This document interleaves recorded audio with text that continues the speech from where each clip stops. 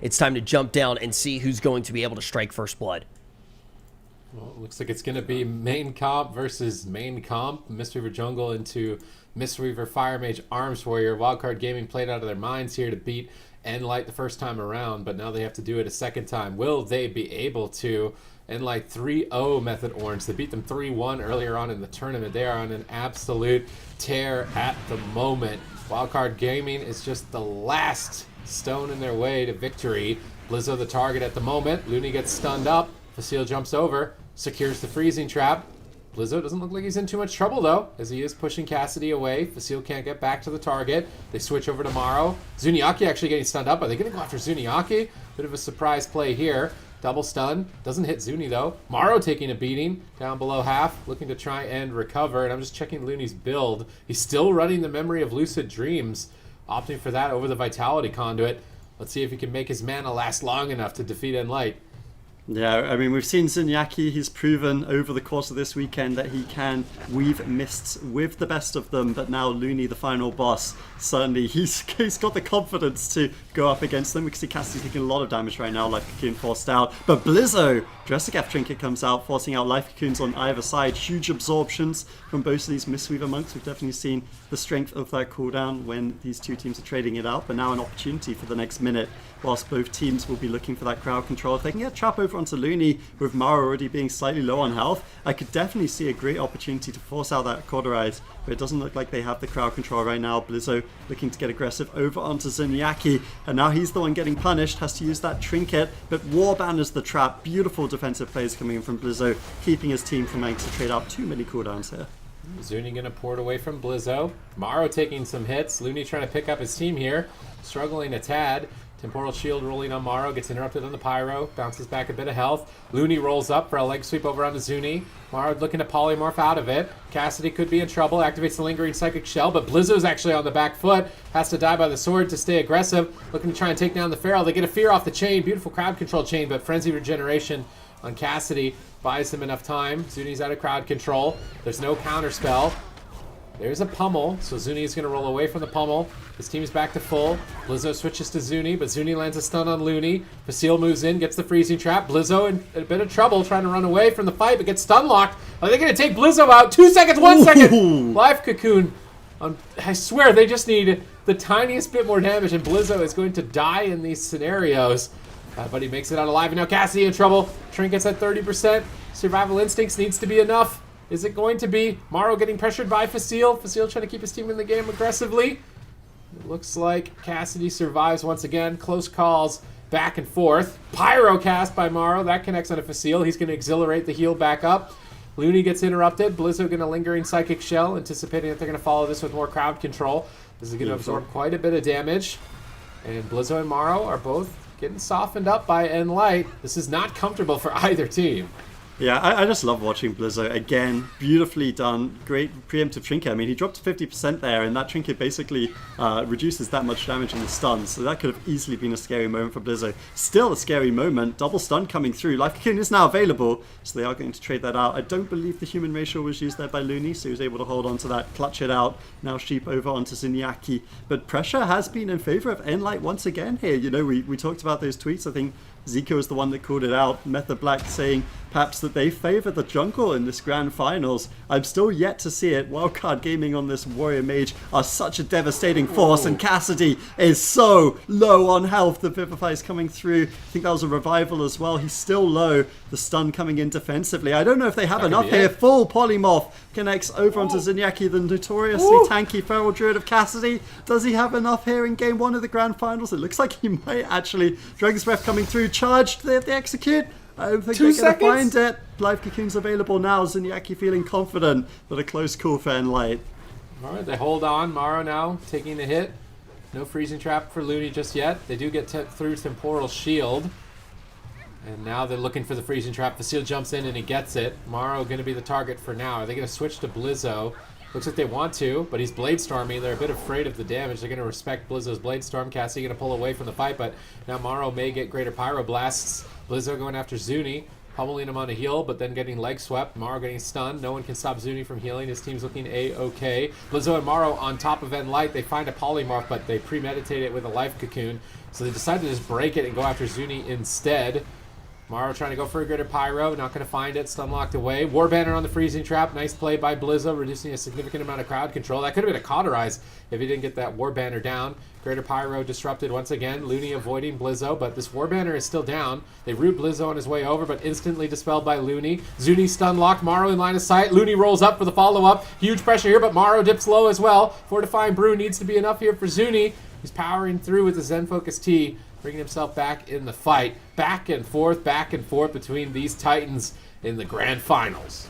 Yeah, it certainly has been. It's been such a great game, and this is a best-of-7 series to decide this grand final, ladies and gentlemen. We've got North America coming up after, but for now, we will decide who has been the best European team in this tournament. It's been so close between these two sides, and game 1 of the grand finals is a testament to that. Zuniaki kiting away. Blizzo caught up in a stun. Does have all these cooldowns available as Maro looks to get aggressive. Can't find the sheep. Zuniaki able to line of sight. Cassidy the one falling behind. Mana pretty even on both sides. And again, it's up to Maro. Can he find that crowd control? Cassidy all over him. Gets the kick. Now they're the team looking to get aggressive. Maro's used both his blinks aggressively. Uses the temporal shield though. Should be able to stay in the fight. Blizzo taking a little bit, but he has the psychic shell up as well. So both these teams just trading blow for blow. Major cooldowns available on either side.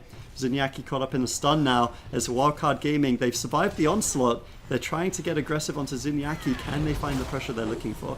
Ports away. Blizzo the target here, but he doesn't seem to care. Cassidy pre-lingering psychic shells the Storm Bolt. That absorbs all the damage during the stun. Nicely done by Cassidy. Maro looking for greater pyros. He fakes out the interrupt of Cassidy. Zuni caught into a fear, but Maro caught into a stun. It's so close to call between these two Titans in Europe. Can Wildcard Gaming pull it off here? Suddenly, every team is thinking that Mistweaver Jungle is the best comp in the game, when previously nLite was getting stomped out by so many different strategies. They've figured out a way to make it work, and now people think it's the best comp. Can they prove it, though, in the grand finals? Looney stunned up. No freezing trap.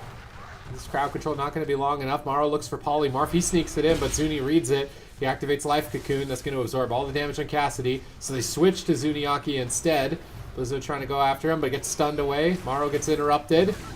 Zuni able to pull back and recover behind the pillar. Blizzo taking some hits. Looney trying to pick him up. Looney's mana is not in a great place at the moment here. He is running a full mana build and significantly behind. Can he keep this up here in a dampening?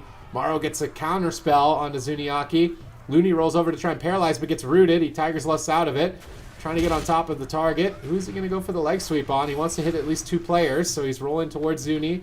Goes for the paralyze, but it gets intercepted by Facile into the freezing trap, and now Maro in a ton of trouble. If Cassidy can get on target, Cassidy decides to not go after Maro, though. He's just attacking Blizzo. Greater Pyro going to be line of sighted by Cassidy. Facile going after Blizzo behind the pillar. Looney trying to roll back to save him. Picks him up. Now Blizzo leading the charge on Cassidy. Zuni has to respond with Life Cocoon. Looney looking like he wants to try and drink. He's pulling far away from the fight. Can he get a drink here? Are they going to trade cauterize? Facile rolls over to stop it. And now no mana will be found. Slight advantage for nLite here in dampening. Blizzo leaps forward, but he's quite low on health. Activates that avatar to get a little bit of a shield. And now Looney looks to pick him up. I would say that it's looking good for nLite in this position. Unless they do something soon. An intimidating shout into a Ring of Frost is exactly what they could do soon, and they get it. Cassidy responds, though, and then stun locks Blizzo. Blizzo's very overextended. Nice. Facile moves in, double dress. Huge play. Double dragons is not enough. Blizzo gets taken out, and nLite get point number 1 in this grand final. Zico, how is nLite able to do it? Obviously, blows traded back and forth on this one, but how was nLite able to come out on top on the blind? Well, I mean, there's a couple of things we got to talk about here. Number one, this is obviously a best of 7, and Cassidy has 9 lives that he can use in the best of 7. I'm pretty sure he used like 6 of them that game. So that's the real downside to this first game for nLite. But I mean, there at the end, it's just Faciles, man. This guy, I mean, it's all of them, but in this case, it was Faciles going across the map, making sure that Looney cannot go for that drink, and then when Looney crosses the map to get back to Blizzo, he actually used his intimidation stun there. forced out the human racial because Looney did that decision to try to go for the drink, and then he didn't trap him. He was just waiting. Blizzo was a little overextended. They got him a little low, and then all of a sudden, Facile snipes the trap, and then they have the damage with the dress. They combine everything to take Blizzo down. So, I mean, this is going to be a series, guys. This is it. It definitely is going to be a series. What do we think that we do see, though, as we get deeper and deeper? Do you think, Healing Set, that this is going to be a battle of just like straight up mains going into mains? I think so. One thing I am very curious about, though, and I think, if I remember right, it was Venruki who talked about this a little bit yesterday. I think Holy Paladin could be pretty scary for these jungle cleaves, like especially Cassidy. Yeah. Not only in terms of defense, obviously you have a ton of cooldowns, you can run an Ineffable Truth build, but I think in terms of killing them as well, like Cassidy's so slippery on that Pharaoh. He goes into bear form, presumably he's playing the Guardian affinity, so he has the Frenzy regeneration and all of that. They need to have cross crowd control on him every time, and I think a 6-second Hammer of Justice with crowd control into Zuniaki is a way they could really kind of crack this jungle open a little bit. So I don't know if that's something they'll actually opt for with Looney on the Paladin. I think this might be something more of a US strategy, but I would like to see it if they do find themselves struggling with the Mistweaver version of this comp. Earlier, before we actually did go to the break and before we started off this series, we were talking a little bit about the maps that we might potentially go to. Dalaran Sewers is going to be the map, but Supati's, one of the ideas that came up was, it seems like in the best of 7, it's not necessarily... You guys don't think that the maps are going to be the biggest factor. Does that remain true now? I think if the comps don't change, that's going to be true, which I don't think they are.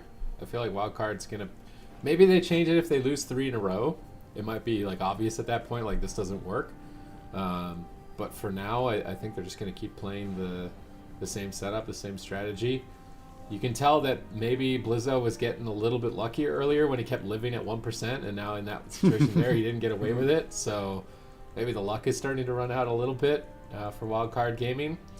I'm wondering if they try a Frost Death Knight strategy, because I still think that that's a good option into a Mistweaver cleave. If you get a composition that's durable enough that runs on top of the monk, you either just going to kill the monk if no one ever comes near him, or if they come near him, then you kill everybody. I still think that is a good option. So maybe like they even try a Windwalker Death Knight at some point, but I think that's only if they get desperate, and that's like they're in a 3-0 position. How do you feel about that, Zico? I think Wildcard, they're going to stick to Mage Warrior, and like Sid said, if they get forced off of it by continuously losing, then I can see them swapping up. But I feel right now it's their best kind of option. And when we look at this specific two comps going head to head, Wildcard did win twice with it, in the upper final a little bit earlier, right? So if you look at it from that perspective, they're still up 2-1, in total in this matchup. Obviously, the score for just the finals is 1-0 for nLite, but even if you just look at it results oriented, I think only Wildcard can really answer that, because they're the ones who have to analyze the game and think, okay, well, we were kind of lucky to live here, or if they did this, we would have died here, or, they're the ones who can look into it. And they are going to look in Warrior Mage, so I think that makes a lot of sense. It definitely does. For anybody who's just tuning in right now who hasn't necessarily gotten to see how some of these matchups have played out, Healing Stat, how's nLite looking to win on Dalaran Sewers? Well, I mean, nLite, they kind of... I think one of the big things when you're playing against healers like Looney and Chaz that they played against in the last series is keep them guessing. I think that's one thing nLite's done a super good job of. Like, if you're playing on ladder, when you play against the jungle cleave, you can normally predict they're going to stun your healer, they're going to trap your healer, and they're going to ride one of your DPS, or they're just going to tunnel your healer the whole game, right? And that's going to be the game. If you survive it, you're probably going to outmana them and beat them. But with nLite, it's been a little bit different this tournament. They brought in the Mistweaver, so they have that good attrition on their side with the mana. But just Cassidy and Facile, I mean, Zika called them out. Their swaps, their traps, everything has been so good the way they've been playing. They get those traps on healers, then they'll swap to the healer, then they'll trap them low, swap it up to a DPS. So when you ask me, Rich, how they're playing, I mean, honestly, it depends game to game, map to map, comp to comp, because their strategy, they've been playing this jungle through and through, but they're changing up who they've been killing every game. Like Maro can die, Blizzo can die, Looney can die. So I'm just curious where the next trap, where the next sun is going, as much as everyone else. nLite is making everybody look like a juicy target. They are on an absolute tear. They've made it back into the grand final. They lead by 1. Will they be able to take another victory on Dalaran Sewers against Wildcard Gaming,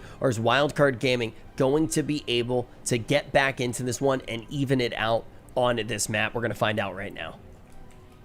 The one thing I just want to see in this matchup is I want to see nLite go for Looney. Because right now, Maro is a really high kind of value target because he's always, pushing in to get polymorphs. And Blizzo as well is just doing a lot of pressure. And they're both kind of squishy targets if you do secure a trap. But I think the way they open up the game and get all of that, triple pressure point momentum going is actually by going after Looney. So I hope they go after him a little bit. To see if they decide to opt for that. The Greater Pyroblast is a threat too if they leave Maro open too long. Cassidy going to duck off the side here. Blizzo stuns him downstairs. Zuni rolls over to get in line of sight. Vitality Conduit activates, healing Cassidy through Blizzo's assault. Maro pushing forward aggressively, but may regret it as Looney is stunned up. The War Banner hits the bash. It stalls the freezing trap, but now the freezing trap will land without its defense. Maro appears to be the initial target, but it's so hard to tell with nLite as to who they're going to commit their burst damage to. Looks like they want to switch over to Blizzo as he's overextended, but a Greater Pyroblast sneaks in. And it looks like they want to go after Zuniaki. He's trying to fake out the pummel. He has to deal with a pummel and a counterspell. Pretty stressful situation for Zuniaki, but he is dealing with it expertly, not getting interrupted at all. Blizzo takes some big hits, but Looney isn't crowd controlled. He should be able to pick him up. Looney posturing with his portal right behind him as if he wants to move in for a stun, but Maro blinks in. Dragon's Breath, no polymorph, stopped by Facile. Cassidy now jumping over to Maro. Full freezing trap on Looney. This is trouble for Maro. They may be able to get it. Ooh. Oh, huge damage. How did they not get cauterized there? How did they not get cauterized? I can't believe it. Great survivability from Maro, I suppose. He is quite tanky on that mage running, of course, the full versatility, but now huge damage coming out onto Blizzo. One thing I did want to call out in favor of Zuniaki, how many times when we've seen this warrior mage play has a kill just come off of a blink CS from Maro into a combustion, into a one-shot on DPS? I feel like I've seen Zuniaki interrupted maybe 2 times in the entirety of this, out of every game they've played today. This guy has been doing such a good job, as I say that, he just got off kicked by Blizzo, but he's been doing such a good job of duking out these CSs specifically from the mages, and that is crucial in these games. We see preemptive survival instincts on this stun swap, but it's still a lot of damage. They're going through it. Maledict's coming through. We talked about those Maledicts, how scary they are, reducing the incoming healing. Double fear from Blizzo as they taste blood in the water, but the defensive shell comes through. That survival instincts was almost a false pretense of survivability for Cassidy, almost dying without using his trinket there, but he does hold on, and he does hold on to that cooldown. What a scary moment. I mean, if he didn't survival instincts, he would have lost. Counterspell sniped by Maro. Cassidy breaks out of the stun. Let's see. He's just talking him up, and then he gets counterspell, might lose, but they do recover. Polymorph lands. Cassidy needs to run away from Blizzo as soon as possible. He's line of sighting him on the boxes with the stampeding roar. He's moving quite quickly. Blizzo gives up on chasing that kitty. He's going to switch targets, go after Zuni. Zuni rolls away. Full freezing trap. Blizzo pre-lingering psychic shells, but now they're going after Maro. They're pushing for the cauterize. Denied by the life cocoon. Zuniaki in a good position to recover, but Cassidy getting left behind. Is he going to be able to survive? Blizzo goes into battle stance. He's looking to cleave down. Life cocoon right before the polymorph. Beautiful play here by Zuniaki, anticipating that crowd control. Now Maro getting intercepted with a stun. Looney rolls up for a leg sweep. Is he going to be able to find it? He gets interrupted. That Skull Bash could cost them the cauterize. They drop the War Banner. They're desperate to try and reduce crowd control here, but they're patient. They don't waste any crowd control into that War Banner. Facile kills it, jumps over to Looney, gets the freezing trap, looks to bounce back on target. Blizzo appears to be it. They're kind of splitting at the moment. Facile going to Maro. They get Temporal. Then they switch back to Blizzo. These constant swaps from nLite, man, are throwing Wildcard Gaming for a loop. How can they keep this up in the grand finals? Maro sneaks into Poly. Cassidy is isolated. Beautiful crowd control chain. But did he pre-Vitality? I think he pre-Vitality conduited Cassidy. He takes no damage from that setup. Life Cocoon from Looney onto Maro. The pressure is endless from both sides. Yeah, we thought Nigrand was an explosive game. Well, take them somewhere smaller, and both sides can have even more opportunities with crowd control and healer stun setups. This is another one. Blizzo choosing not to trinket out of that one. Let's see if he ends up regretting it. Looks like he calculated perfectly. Blizzo math on point in this particular game. 4 minutes into the match, neither team has fallen just yet, as we see mana on both sides pretty reasonable. I think Looney might have sat down for a tick there because he was a little behind before, but he's able to even it up. Might have just been his lucid dreams ticking. We see Sheeps coming through. Maro denied on that one. Nice intimidating stun coming through from Facile. Looney caught up in a trap now. This could be a scary situation for Blizzo. Do they have the stun to find a kill on him? Doesn't look like it again. Mighty Bash. No swaps over to Looney this game so far. They've been really focusing on pressuring Mara and Blizzo. Seems like for the jungle cleave, attacking 2 targets is working out very nicely for them. It means they have options should Life Cocoon come through, but this is a scary situation. And an overlap of cooldowns from nLite. Big mistake there, using the human racial and the trinket on that double stun from Looney. Huge net win for Wildcard Gaming. Yeah, they could get a win off of that in the near future. Greater Pyroblast blink from Maro. Facile harpoons over and interrupts it. Now in a polymorph. Looney pushing forward, Maro pushing in, trying to get on top of Suniaki. Blizzo is currently there. He gets Ring of Peace on the staircase. Nice usage of Ring of Peace there. Blizzo trying to make his way back onto target. Maro gets stunned up. Suniaki going to switch sides. Looney intervening him. They find a polymorph, but again, he pre-life cocoons it. Well done. Looney into a stun. Maro could be in trouble. He's already so low. Big Drestagath. And that's going to be an ice block. And nLite bite back. Yeah, quite literally biting back. Huge damage over onto Maro.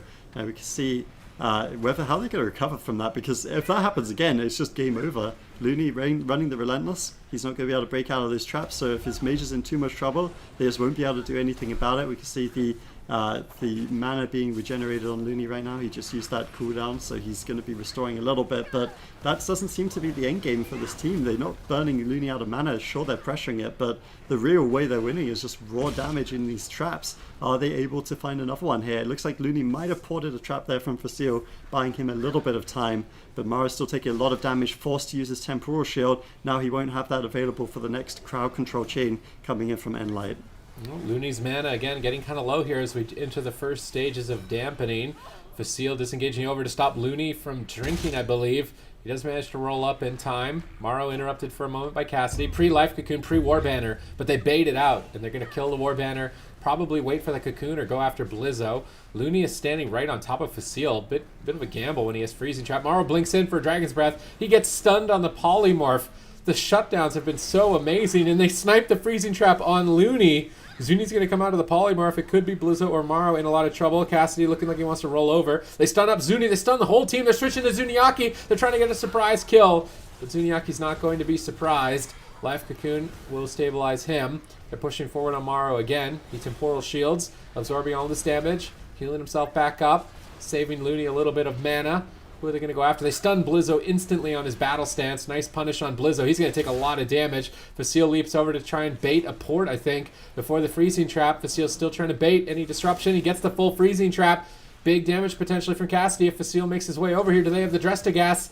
Zuni rolls into midfield. Switching sides. I mean, Zuniaki has been bouncing back over and over and over, making this very difficult. Blizzo gets knocked away by that Ring of Peace. They have to go after Cassidy instead. Maro trying to blink through the Ring of Peace. He does. He snipes the poly. Cassidy gets stunned up, but he pre-survival instincts the Storm Bolt. I think it's unlikely that we see him go down there with the bear form as well. He's line of sighting Maro. They don't get the repolymorph. Zuniaki repositions. Looney has to life cocoon Maro. And they've just constantly been having to chase after Zuniaki. And they've been exposing themselves to potential near-death experiences. As soon as Facile gets out of this polymorph chain and lands a freezing trap, Maro could be in a lot of trouble.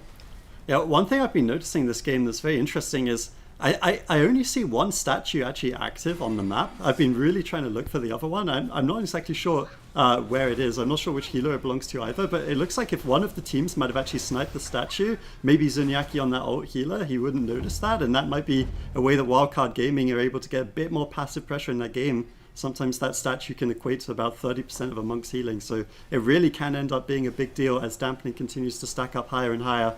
We'll have to see how that does continue to play out, or I could be missing it and it could be completely irrelevant. But Blizzo getting caught up in that stun is certainly not irrelevant. Forces out the trinket there. Cassidy in the meantime taking a fair bit of damage. Mara also, we're really starting to feel the pinch of that 23% healing reduction, Sid. I love Zuniaki using Crackling Jade Lightning to get that mark of the crane up. It's 5% physical damage. The Feral and the Hunter doing a lot of physical damage. Nice Ring of Peace bouncing Blizzo off the side away from his healer. Cassidy tearing in. Facile going to connect as well.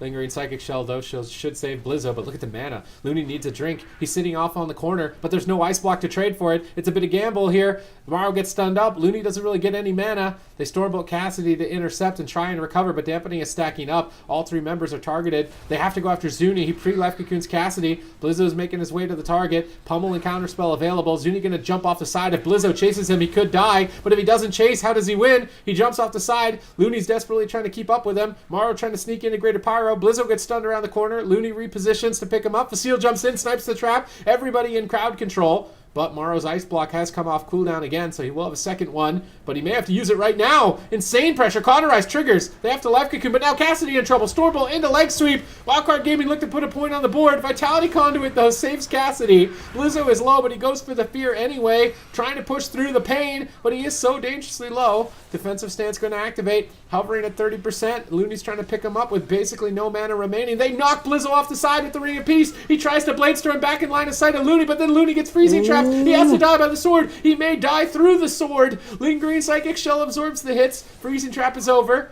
Looney takes a moment to try and pick him up. Now Morrow is low on health. Cassidy keeps going for the kill, but he may overextend. Nice preemptive Life Cocoon again, but they're cutting through it with the combustion. Can they take him out? Morrow in trouble. He may have to Ice Block.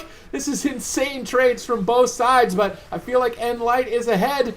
Yeah, I honestly don't know. Without that Life Cocoon, Zuniaki might really struggle to keep Cassidy alive now. He has no more defensive cooldowns. We see the War Banner. They need to get aggressive here. This is Wildcard Gaming's last chance in this game. There's a full trap on Looney. Blizzo tries some neat tricks to kite and stay alive in this one. Life Cocoon is available. They trade it out immediately, using it with the Commanding Shout for that increased percentage health. Are they going to be able to stay in the fight, though? Looney also low. They could even turn some damage onto him at this point. But the rally falls. The Life Cocoon will also fall. Wildcard Gaming are living on a thread in this situation. Cassidy, the Life Cocoon for him is available momentarily. If Zuniaki can connect that, it will surely be game. It will surely be a 2-0 lead for nLite in this grand final. And it's certainly looking like they are going to be able to survive to that. Cassidy even topping himself behind the pillar. Meanwhile, Blizzo just struggling. Greater Pyro is coming in, but that will not be enough. Blizzo falls, and nLite are 2-0 up in the European Grand Final. I'm not going to lie here. I'm like 99% sure Zuniaki forgot to put statue down. No, it's in the middle of the map. It's just in the waterfall. I see a statue in the middle. You might have put it middle. at the end. Yeah, I wasn't sure. I think there was a point. Maybe what Mara is doing is he's killing it off with the Fire Blast and stuff like that. Sometimes you can do it to kind of catch them off guard for a little bit, get it low, and kill it for a swap, but I could believe he would put it back up if it was down at all. Still, I mean, how are we in this position, Zico? Have nLite just cracked the code to the meta? Have they found a composition that's going to take some time to find an answer for? I think we're all starting to see the light now. I think this is the comp. This is the meta. Yeah. Or nLite are just insane. I'm not sure. I mean, look at it this way, though, right? I mean, just think about it. It was last week when we were casting over the North American teams that made it with this composition. We were just like, yeah, you know, they're just out-comped. They get blown out of the water. They get torn apart like a napkin that's been sitting in a cup of water for 4 hours. It just doesn't look like a composition that's going to have the flexibility to be able to compete. And now, all of a sudden, when we look at these replays, Zico, we're just going to see a composition that does look like it can answer most things. Yeah, I mean, to be honest, this replay in particular is going to highlight the situation where I feel like nLite could have just easily lost the game.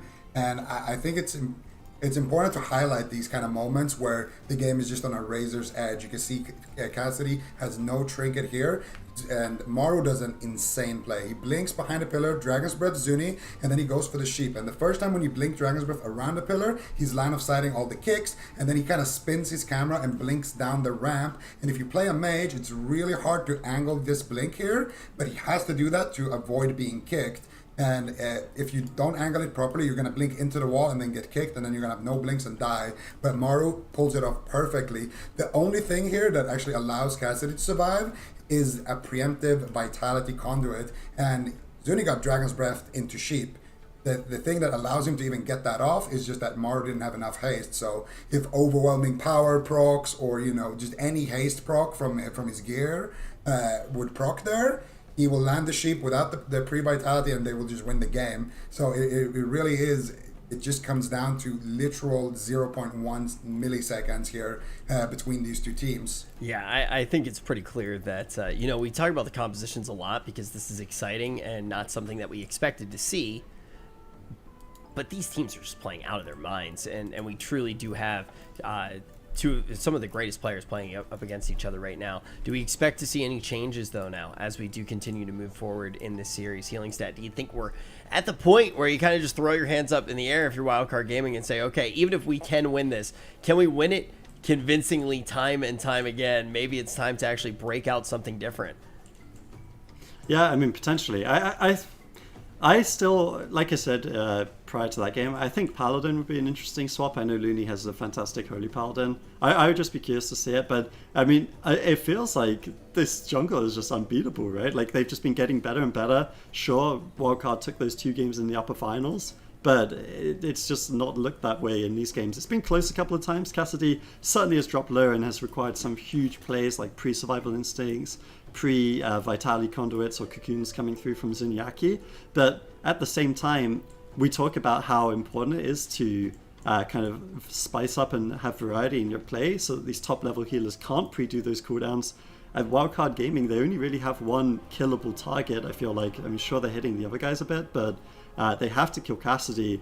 And a healer like Zuniaki, a healer of that caliber, when you give him 2 45-55 second cooldowns that he can use preemptively to keep his team alive, he's going to land that quite often. And I mean, they've just looked like they've got what they need to survive till the deep dampening, force mana pressure on Looney and find those kills. So I think Wildcard Gaming have to change it up to something else, otherwise they're going to lose the series. Let's see what they do pick, because we're going to Tolvaron Arena. Zico, what's it look like they're trying to set up for here? Wildcard Gaming obviously getting to lock in the map.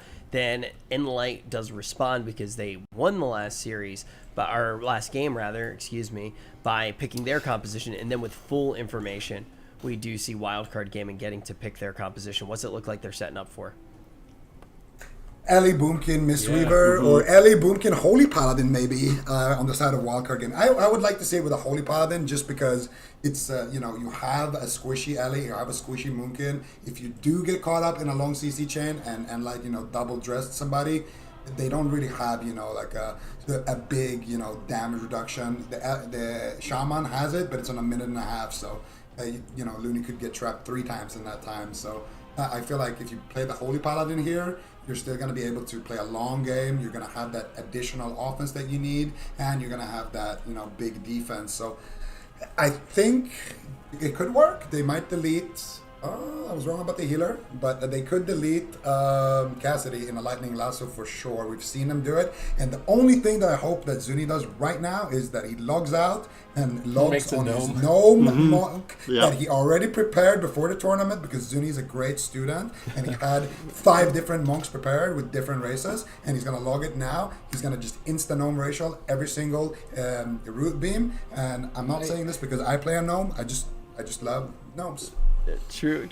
Let's actually talk about that just a little bit more. So a few things that we're just actually set up to look up for buying Zico. It's going to be that root beam, which is a potential kill condition. You can get out of that with Escape Artist, but also the Lightning Lasso. Zico, Supatees, what else? And I'm asking you right now because it's not every day that we get to talk about the Moonkins. What else can Wildcard Gaming do to actually set up victory with this composition? I mean, Thorns is pretty good damage as well into double melee, specifically. And I think they picked the Mistweaver, right? So it's not going to have that Hammer of Justice threat or Repentance threat. That's more of like they're going to try and late game win this. Mm-hmm. It's a similar idea as the Mage Lock, where you just kind of bounce around, maximize your damage. If Zuniaki plays Gnome, though, and I actually think he should play Vision Major. If he plays Vision Major and just strips Flame Shock, Moonfire, and Sunfire off everybody all of the time, and they're stunning Zeepai and Maro, I feel like it's going to be really difficult for them to actually get damage out. I do think that the Vision of Perfection would be a really good choice for him. The Vitality Conduit is also, I mean, you can't go wrong. I wouldn't be surprised if he plays Vitality Conduit, but I would like to see the Vision just because I think it could totally counter this, the same way that we saw Sea-Doo counteract Hamsty's team with the Vision. Yeah. The Shadow Priest. You can do the same thing to an Ellie and a Moonkin. Well, nLite has already in this series forced Wildcard Gaming to switch. We talk about the fact that nLite, to get to this situation, knocks a team out of the tournament that has, for the past over a year, made it to every single grand final in the AWC. Now, one of the teams that in the current meta has looked like they have been the most dominant, especially if you're going to talk about some of the community tournaments that have been going on, they've been forced to make a switch. They've been forced to make a change. On Tolvaron Arena, we're going to see if this change will bear any fruit, or if nLite will already find themselves on match point in this best of 7 series in our grand final.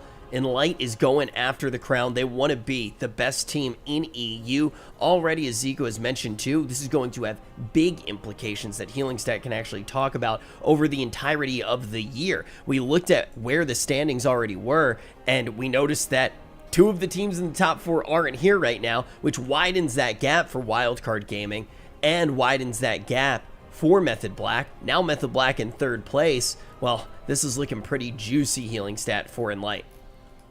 Yeah, well, I mean, that was one of the things Zico talked about at the start of the series, right? It was like, well, if Wildcard Gaming wins this series, they go number 1 in standings. They overtake Method Black because Method Black couldn't make the grand finals this time around. Well, suddenly that's not looking like such a likely scenario with nLite taking the 1st place. Very likely here. They're 2-0 up. They need 2 more wins to take the best of 7 in their favor. I think the biggest story in terms of overall standings, especially when we look at the top end going into the circuit, is that for the longest time, it has been 2 juggernauts in Europe, right? It's been the story of whether Wildcard Gaming wins this tournament or whether Method Black wins this tournament. And nLite are just, they've ripped a hole in that. You know, they've gone right in. They're playing this Mistweaver jungle cleave. They're looking so good. They haven't lost a game in quite a while now. 3-0ing Method Black in their last series, 2-0 up in this one.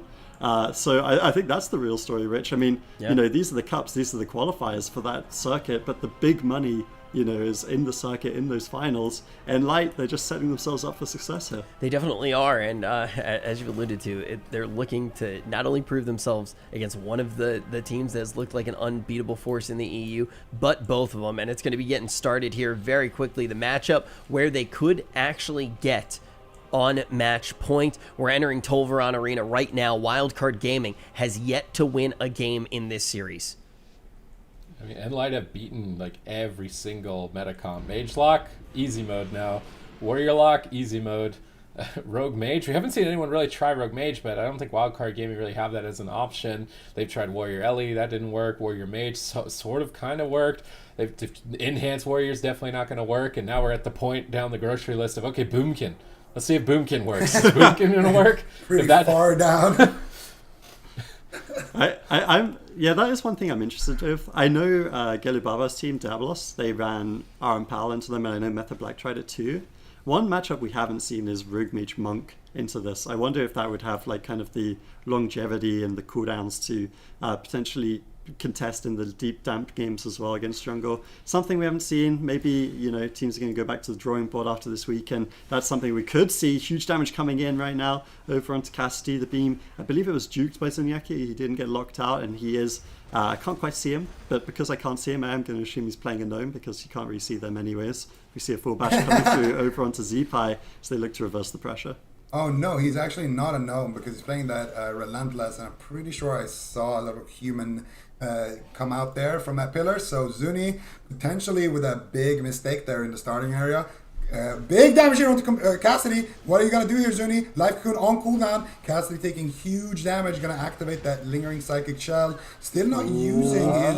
Whoa, Maro now taking a big hit there as well. Looney going to be the one using his Life Cocoon right there. So both teams coming out swinging here. Zipa is still quite low. He's going to go ahead and... just get topped off here by Looney. Maru had to use his trinket and his bark skin. Full trap now. Maru could be in massive trouble here. He gets stunned up. I hope someone has a maledict. This could just be the game here. Zipai is spamming out the heals, and they don't have any interrupt for him. And this is something I wanted to say before the game started. I would have loved to see a maledict come out of Facil's here. I don't think Facil needs to have the tank trinket and the dressed. I think he can just play dressed maledict. And that's the biggest weakness of Moonkin. If you actually stun them in the setup and you maledict them, they will just straight up die. You know, I don't think Suni even needs to be a gnome. He's got the Hunter Master's Call to get him out. He just benefits from more stats. Full lightning lasso on Cassidy here. Zuni can heal him though. And one thing that's interesting is Maro and Zeepai are wearing full gushing wounds. They're not wearing any versatility. So they're maxing out for the most damage possible to try and get a win here. Let's see if nLite are ready for that amount of damage. But at the same time, he is running the Vision of Perfection for Zuniaki, so he will proc revivals and dispel all of the damage over time effects periodically. Still, even with that, Facile takes a hit. He's trying to disengage away from Maro on that balanced druid. Now let's see if they can get a freezing trap here. There's no grounding totem for quite some time if they want to jump in. They're pushing towards Looney a little bit, although they're not feeling entirely comfortable. Those gushing wounds are starting to sink in. Facile jumps, he gets the freezing trap. They're going to go after Maro. He's not in bear form. He bark skins. Is it going to be enough? Zeepai is helping him with some healing surges. Looks like he will survive the freezing trap. Zuni's mana not in a great place. Looney rolling in to stop him from potentially drinking. Zeepai repositions as well. Wildcard Gaming try and bank on mana as a win condition as well. Yeah, I mean, I was just thinking, like, looking at this game, like, what are we looking at right now? Mistweaver Jungle versus Moonkin Elemental. It's been so much fun to see all the different classes that people have been bringing to these tournaments. You know, we've had the Rogue Mages, the Destros, the Cleaves, the Rogue, the other, like, comps like this where you have the Jungle and the Mage earlier. I'm pretty sure we're also going to see RPS later in North America when Golden Guardians get playing. So we've seen a little bit of everything so far. Mara taking a lot of damage. It does have the Thorns available. Probably going to trade it out. There it is, exchanging a lot of that damage. And this is the thing for Wildcard Gaming, right? They have such a deep roster of compositions. They only need to find one answer for nLite. nLite are going to stick to this comp through and through. It's going to be the jungle all the way. So if Wildcard Gaming can win reliably with this Gushing Wounds full-on damage comp of the Moonkin Elemental, sure, this is their best map, but it gives them a very good lifeline in this series. And it is a best of 7, so we're not on match point just yet. Cassidy taking a lot of damage. And for the first time I think I've seen in a while, Zuniaki is actually the healer behind on mana. Ooh, they get the trap here onto Looney. Big damage onto Zeepai. Knife Cocoon is available for Looney. He just activated his Fort Brew, but he didn't pair it with that Cocoon. So Looney, I think he anticipated the swap action and they just trapped him on it. So pretty heads up plays there from Looney. Now Zuni in leg sweep right there. Cassidy taking a little bit of damage, but Zeepai does get interrupted. So he's going to be fine. Stormkeeper coming out from Zeepai. And I would love to see them go more for Maro. I think Maro is the better option here. Whoa! Big hit there on Cassidy. I think one thing that Maro can do right now, since Zuni isn't playing Gnome, he can try to use his Root Beam like that and just try to lock Zuni on a cast. But I think if he kills the pet of Facile, actually the pet is dead right now. So if you actually, he's playing Bash, but if he does get a root into a beam, that could be something, and he can clone the pet. So there is ways around that pet when that is the only way to kind of free up Zuni from those roots. But since Maro is opting for the Bash, I think it's very unlikely we're going to see a root beam even happen this game onto Zuni. Cassidy cycloned at low health, denied on the defense of that life. Zuni's in a paralyzed. Cassidy's in trouble. He's out in midfield. Maro looks for the clone. He gets disrupted on it for a moment. They need a freezing trap on Looney right here, right now. They fake out the grounding totem, I believe, but Cassidy's caught in a lightning lasso. Zuniaki's trying to pick him up. Those gushing wounds are doing work right now. Cassidy's so dangerously low, wraps around the corner right before an Earthshock would have killed him. Zuni repositions across the map, but can Cassidy keep up with him? Cassidy runs out in midfield. He activates the lingering psychic shell. They cut through that instantly. Facile leaps in. He gets the freezing trap. They need to kill Zeepai here. They're so far behind. He activates the astral shift. Will it be enough? He knocks them away. I don't think he's going to go down today. Cassidy now ducking for cover. Facile was left, though. He's out in midfield. They don't seem to care about him. They're just dogpiling on top of him. Looney gets intercepted with a stun. Zuni trying to reposition, get that crackling jade on Zeepai. Min-max his team's damage. Full hex. Cassidy has to trinket and dispel it. Nice crowd control there by Wildcard. Now Cassidy doesn't have a way to get out of stuns for 2 minutes. Yeah, and I mean, we're starting to hit those dampening numbers, 11% healing reduction for both these teams to contend with. Zuniaki behind on mana, but the Vision of Perfections are proccing. This is a huge swap over onto Zeepai. Drestegef's come through. He uses his racial to remove all of those bleed effects, and that's actually going to keep him alive barely in this situation. The Drestegef must have been distributed there with a pet or something, because I think it would have killed him otherwise. Beautiful plays by Zeepai to put that down in advance. Yeah, that was exactly what happened. So in the previous setup, Zeepai had to use his astral shift, and he preemptively did it before the stuns. Facile taking big damage here. Zuni does have a life cocoon on Cassidy. Facile should be fine. So What happened was Zeepai preemptively astral shifted, and he was isolated, but they didn't want to commit the dress. That's why they ran back. That's why Cassidy actually trinketed to do a counter go when he did get lassoed and Zuni got hexed. And they were going for the kill there, but Zeepai playing that elemental, placing it on top of himself, it also has a damage reduction component to it, but stacking with it, split the dress, and he would have died there, but he is able to survive that situation. And now Cassidy's in massive trouble. Zuni's left on Cassid. That solar beam could be game-winning. Cassidy activates his last line, but Zuni's still paralyzed. He's now in a leg sweep. Cassidy is starting to recover. He jumps to Zuni. He wants to line of sight. He's waiting for Zuni to get out of stuns, but it looks like they are going to recover. Probably some Vision of Perfection procs there for Zuni, removing the dots, stalling the fight for his team. They hold on with such minimal mana. Maybe they can tie it, though. Looney's not looking too healthy at 19% dampening. We see a Life Cocoon activated on Zeepai. Cassidy switches over to Looney for a moment. Zuni was trying to drink, but he's not going to find any mana. Wildcard Gaming are all over him. They stun Morrow. They're desperate to try and recover. Facile is soloing Looney at the moment. A little bit surprising. I don't think they're going to be able to stay on him very long, though. They're trying. I think it's going to kill Looney. They stun lock him. He breaks out. He barely survives. Zeepai uses Lightning Lasso on Cassidy. He's pinned down. Zuni has basically no mana remaining here at 22% dampening. Those gushing wounds doing so much work. Cassidy wraps around the corner. Zeepai's chasing after him on the left. Morrow on the right as they pincer Zuniaki. Stun into clone. Gets shut down by Cassidy's bash. Facile is low on health as well. Zuni has to heal the entire team with basically no mana and nowhere to run. Wildcard Gaming are all over them. They're desperate. They're attacking Looney. They bait out the thorns. Now they're switching back to Morrow and they don't need to worry about the thorns. Nice bait. Zuni fakes out the solar beam. Morrow cycloning Facile, just trying to stall. Lightning Lasso on Cassidy. He breaks out of that instantly. He can't afford to take that damage. Zeepai's got Stormkeeper rolling. Big lightning bolt for Life Cocoon. They go after Looney again. They're desperately trying to take out Looney, but now he's portaled so far away. Stormkeeper lightning bolts are incoming. Morrow is free casting. Facile's down at half. They Life Cocoon Cassidy?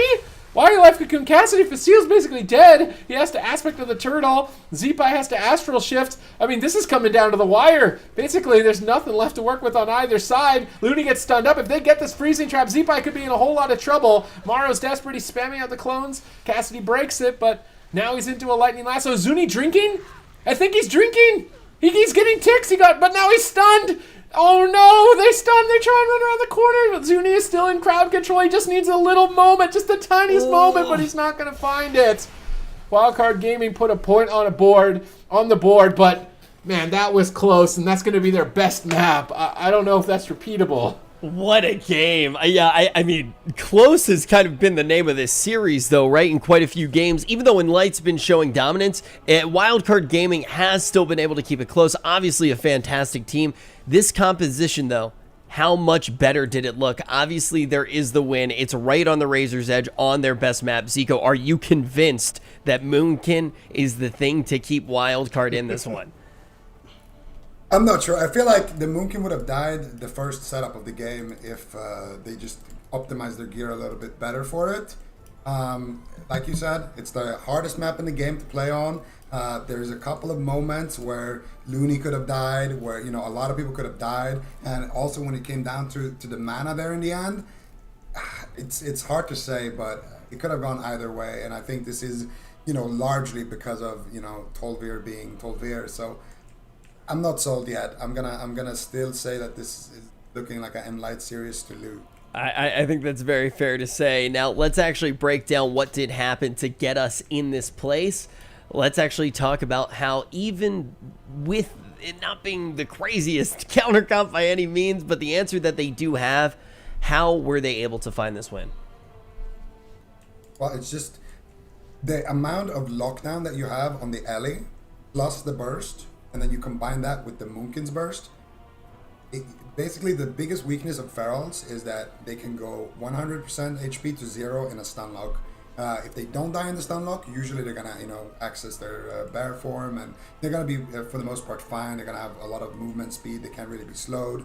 So a Feral Druid is gonna be fine if he doesn't die in the stun. The problem is he can die in the stun very quickly, and a comp like this is basically built to one-shot Feral Druids in stuns, and that just makes it extremely difficult for Cassidy. Even if he survives, the Lightning Lasso, Earth Shock, with the Star Surges, even if he survives that, he's still going to be extremely low HP, and he has to kind of retreat, and that's, I think, buying Looney a lot of freedom, a lot of time to just stay back and extend the game for his team, and just allowing them to also keep gearing offensive. So I think map is playing a big role here, because on a map where you can duck for cover after you get set up down as a druid, you can just quickly get topped and then you're back out in the action again. But on Tolvir, you have to run such a long distance that you actually take so much damage on the way back that you might still be in trouble by the time you're getting aggressive. Yeah, it's a funny paradigm shift inside of the series, though, because when we were actually seeing the original compositions, pretty much everybody was saying, the map really isn't going to be the biggest factor. Now, all of a sudden,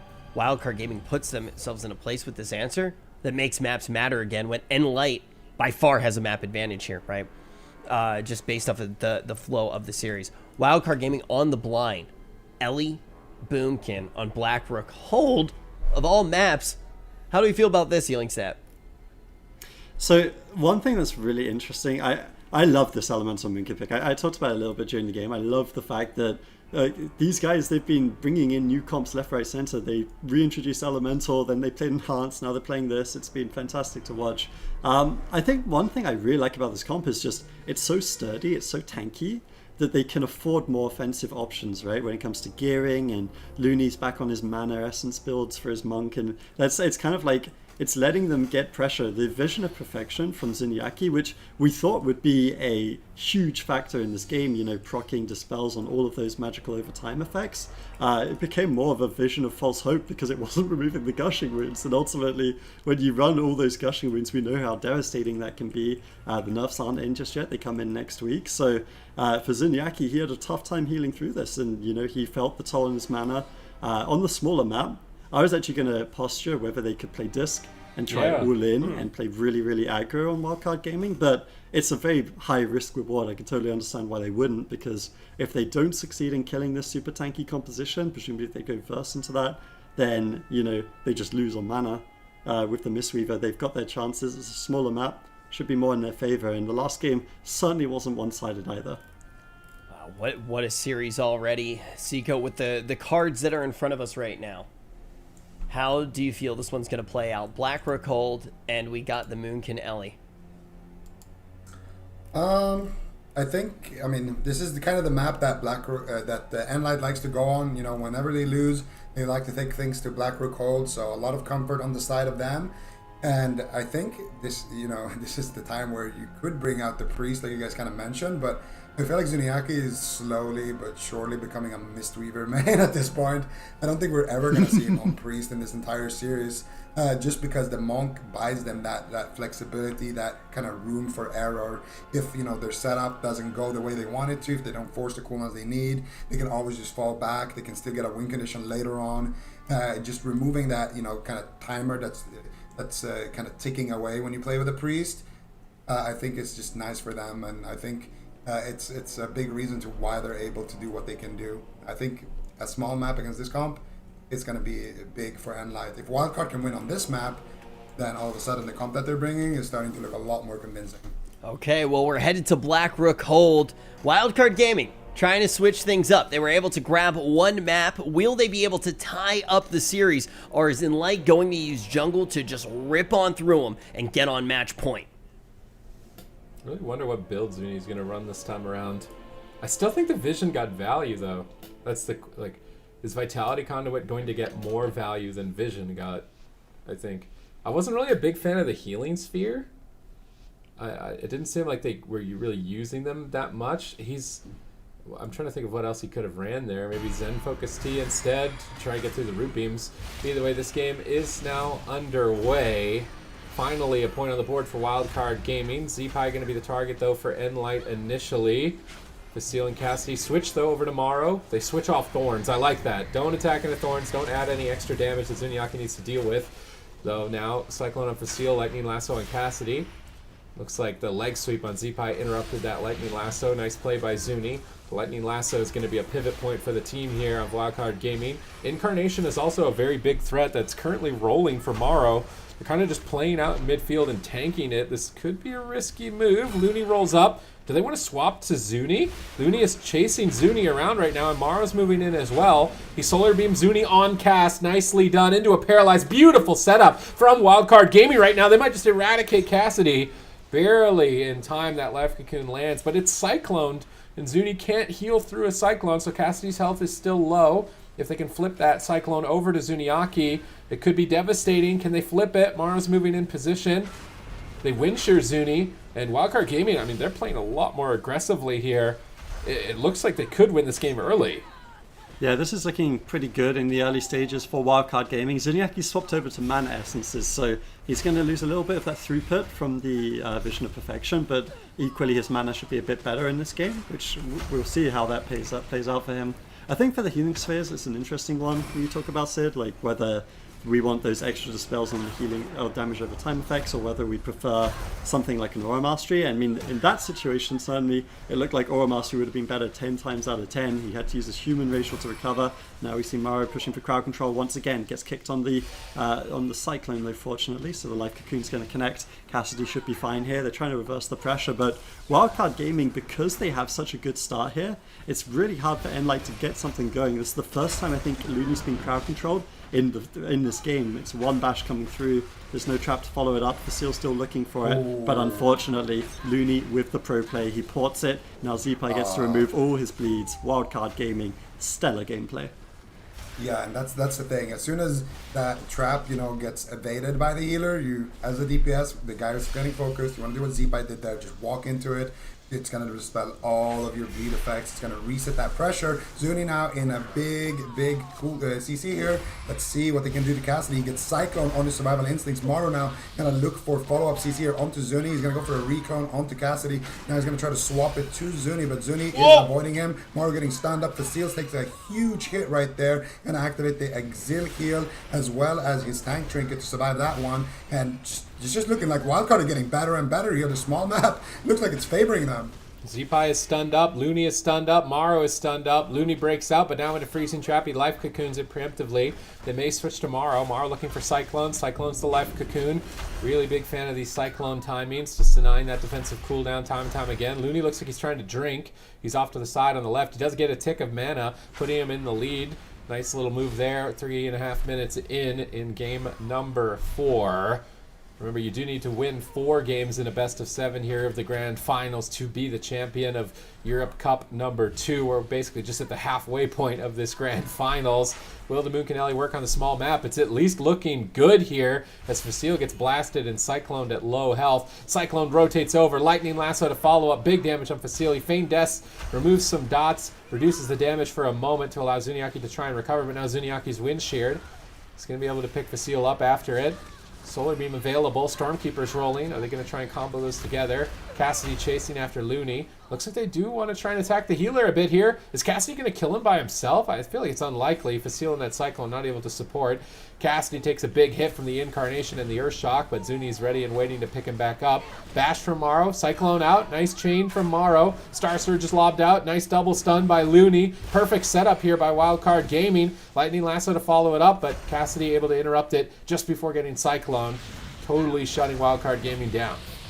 Yeah, very nicely played there. I mean, for Wildcard Gaming, this game certainly has been looking better on the small map, and I know traditionally we would say that casters are disadvantaged here, but when you look at the 2 casters they've picked, neither of these guys really want, they don't really need to cast too much to get their damage off, right? Like Elementals, I think, are the caster that if you had like a Mage Lock versus Ellie on a pillar, you would much rather that, because he can Lightning Lasso whilst moving, he can build up his Earthshock still. A lot of his damage is instant or channelable around the pillar, so definitely the small maps aren't going to be as disadvantageous for Wildcard Gaming, though there is a full trap onto Looney right now, damage coming through over onto Maro. Huge drastic effort at the very end. They try and punish the lack of cooldowns with a last minute burst, but they don't find the kill. Life Cocoon gets traded out and Thorns is still available, so big exchanges coming through. The big change that nLite did make, though, that we talked about was those mana essences, and previously, Zuniaki was really struggling on mana. In this game, he has a lot better mana, so that is something going into deeper dampening that I could see being a big difference here in favor of the jungle cleave. I'm actually not sure why Cassidy went for Zipai during that last setup there. It looked like Maro could have just died there, but I think maybe he wanted to keep Zipai and Maro spread so that they could get that single target Drestigath hit. Unfortunately, it wasn't enough. Now we see Lightning Lance coming out on Cassidy. Cassidy just got his trinket back up. He had to use it earlier to save Facile in a close situation. So he's going to have that to trinket out of a lasso or trinket out of a cyclone and then interrupt the lasso. Looney now getting stunned into a trap, and there's a full hex on the Facile. Cassidy needs to get that. He does dispel it, but whenever, even if there is a hex and you dispel it there, it's still in the middle of your trap. Whenever you've trapped the healer, the only thing you want to be doing is spamming damage. And stunning the guy that you're focusing while you have that CC. So even if Zipa just gets off a hex there and it gets dispelled right away, it still slows down the assault of nLite. And it's just small things like that that Wildcard Gaming are doing to kind of survive a lot of these setups. 2 interrupts in a row, and Zuniaki, his team dips low as a result. He has to life cocoon Facile. They could switch to Cassidy, but Morrow gets stunned. Looney rolls up for a leg sweep, but gets intercepted in that freezing trap. Morrow could be in trouble. He bark skins. He ducks into bear form, catches a frenzy regen, healing himself back up to full. Mana slightly in favor of nLite as we step deeper into dampening, and Zuniaki's change of build could get him a win, but this is a lot of damage on the Facile during that stun. They cyclone him at low health. They switch the damage over to Cassidy, a 2-pronged assault, looking to cyclone again. Trying to deny the heals of Zuni. Zuni rolls in, but he rolls into a bash. Morrow looks to switch the clone over. Not able to. Denied by the bash of Cassidy. Now taking a huge amount of damage. Zipai and Looney both healing Morrow during that bash to pull him back into the fight. Now there's a mana advantage to Wildcard Gaming. Zipai the target for now. Morrow gets interrupted. Looking for some Lunar Strikes to generate Astral Power. Hex Lightning Lasso is a dangerous combo here that Zipai's trying to find. Looks like Cyclone on Facile. Lightning Lasso is just as good though. They can't stop it, so Zuni's going to drop that life cocoon. Now Looney in a freezing trap. Zipai in trouble, stunned up, barely surviving there with that Glaire's Medallion Astral Shift. And nLite show that they still have potential in the matchup here as we move deeper into dampening. Yeah, not only that, they get the life cocoon there, which means Morrow can also be an exposed target. I'm not exactly sure where Thorns are. It looks like they are on Morrow, so that's going to be a deterrent to hit the Moonkin for nLite in this moment of time, but both teams are doing pretty reasonable on mana, so it's going to come down to these big swaps coming through from nLite. I'd say that's the most likely source of a kill we have for the next minute or so. So let's see what they can set up. Can Facile get the traps? He's trying to play open field right now. He really knows he wants to get aggressive. Morrow spamming out the cyclones, just shutting down and slowing down nLite on this jungle cleave. They need to get something going here before that life cocoon comes back available. Zipai is completely exposed at this moment in time. He has no astral shift. He has no trinket. So if they can find a kill, his pet's also despawned now. He's in a lot of trouble. They need to find crowd control over onto Looney. There's the stun. He humans out immediately, recognizing the desperation of this situation for Wildcard Gaming. They could be put on match point. DR stun comes through. They land the trap. Do they have enough damage? It looks like there's no interrupts for the cyclones from Morrow. Wildcard Gaming with the peels will survive, but that could have been a scary situation for the team. That was really, really well deflected by Morrow. Landing the Cyclones, rotating them between the Feral and the Hunter, and then the Lightning Lasso from Zipai on the guy who wants to kill him, the Feral Druid in this case. But nice kick here onto Looney into a bash. Morrow could be in big trouble here. He gets a Cyclone onto to Cassidy, but no trap yet for Facile. He's looking for it. Zipai has the life cocoon. Morrow is completely stabilized. And once again, they're going to have that win condition here onto Morrow this time around. They need to get damage onto Zipai and Morrow and get them both low. Morrow is just going to get CC'd here. Zipa's going to activate that Astral Shift. Should be enough to keep him alive, and that's why I wanted to see the setup happen to Morrow. Instead, now Cassidy taking massive damage, getting Cyclone on that life cocoon, and now instead they're turning their attention to Facile. He's going to have to duck for cover. Zuni in a full Cyclone. Cassidy now going back out. Morrow in massive trouble. No life cocoon. Zipa's already spamming out the heals. Looney's actually sitting down for a drink. Oh, that Ring of Peace barely locks Looney back into the room. If Zuni could have angled it a little bit better, it could have been what nLite needed to push this game over, but instead it's going to be Wildcard once again getting aggressive. Look at the mana though. If nLite just hold on a little bit longer, they're going to win on pressure alone. They could just win right here and now. Looney has to life cocoon right before the stun. Clutch timing there, but now they could switch to Looney. He's down at half health. They're not going to. Cassidy on the run. Survival Instincts. Morrow on top of him with the Incarnation. Gets stunned on it. Good denial. They need to wait for Thorns to be over. They can't afford to take too much extra damage here at 33% dampening. Looney trying to pick up Zipa. He's got Stormkeeper. He wants to get some big lightning bolts here. Maro just building up damage. He's got Incarn still rolling. Big Star Surges, 2 in a row onto Cassidy. He moves over to crowd control Zuniaki. Is he going to get the clone? No, Cassidy jumps over, stops the Cyclone. Zipai looks for the Hex. Lightning Lasso doesn't land the Hex in time. Zuni line of sights it, but Maro gets the clone regardless. They do pre-life cocoon. Looney doesn't have that luxury. 2 of his teammates critically low, deep into dampening with no mana left. And nLite look to take game number 4. They just need the tiniest bit more of damage. Maro's trying to shut them down. Cyclones over onto Facile. Totally negating the kill potential here for now. Can they keep the Cyclones going? Over onto Cassidy. They're trying to power through with damage. Cassidy has to jump back to Maro. Maro breaks out, but Zipai's getting owned by Facile alone. He has to Astral Shift. They overlap with the Life Cocoon. Zuniaki gets Windshield. Facile is now low on health as well. This is constantly back and forth. Facile ducks for cover at center pillar. Zuniaki rolls in to stop the drink. He crowd controls Looney, but Cassidy is in trouble. Who's going to fall now? Zuni in crowd control from Looney. He has to stun up Maro. They stun up Looney. This could be the game-winning trap. If they land it, they use the grounding totem. I think they bait out the grounding. Facile needs to land this trap. Can he get it? Cassidy gets cloned. Facile can't stay on top of Looney. He's going to disengage back towards Zuni. Try and recover at the pillar, but do you really recover at 40% dampening?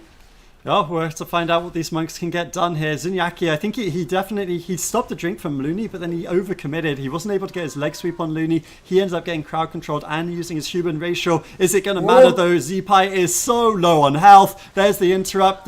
They just need a trap. Can they find a trap? Maybe they don't even need one. Zipai falls in game 4, and nLite now are 1 game away from winning the grand finals in what was yet another enthralling game. Maro's going to play it out, but he's the one that will surely fall. Wildcard Gaming, for them, Thunder doesn't strike twice with this composition.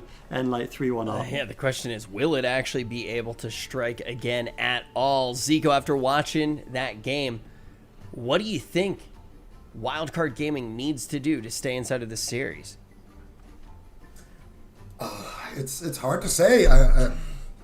I think since you see the map at least first, if you see a small map, I'd go Warrior Mage. I feel like it's hard because they won the first 2, but then they also lost the second 2. So you can look at that 2-2, or you can look at that as, okay, well, we won the first 2 because nLite didn't know what to do, and now they know what to do.